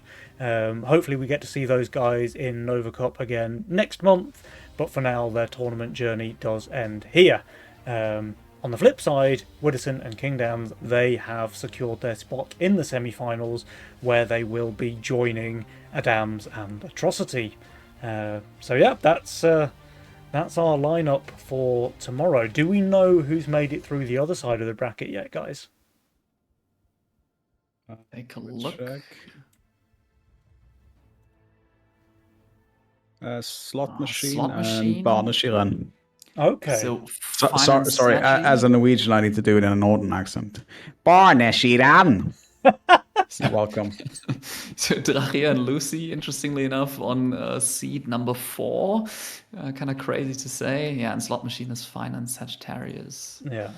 Okay, I mean, that's a pretty star-studded lineup then for the final day. So everyone watching on Twitch, you need to make sure you are back for tomorrow's show, because that is 8 absolutely fantastic players. They are the best Legion TD2 gamers in the world. The group stage has already been a lot of fun so far today. The semi-finals and the grand finals promise to be even better, so make sure you are there for those games. You will not want to miss them. But for now, guys, that's about all that we have time for on the show. We hope you've enjoyed the games. And I just want to say a massive thank you to my lovely co-casters, Mad Matty and Bosun. It's been an absolute pleasure, guys. Thanks for joining. Thanks for having us. Thanks for having us. Adios. Yeah, I'm going to watch you tomorrow from my vacation. Yeah. Hopefully your girlfriend doesn't mind you sneaking away from the holiday to watch Nova Cup, but I have to admire that you have your priorities absolutely spot on there, my friend. So yeah, very, very well played. Guys, I think we will leave you with one more Nick Tier meme track. Do my casters have a preference between 4 Eyes on 5 or someone like Jules? Well, the Jules curse isn't alive anymore, apparently, so we could do 4 Eyes on 5. I like that logic. That's still My viable. favorite, yeah. I like that logic. All right, guys, enjoy the song. And again, make sure you're back same time tomorrow for those semi-finals. They're promising to be an absolute banger. Until then, goodbye.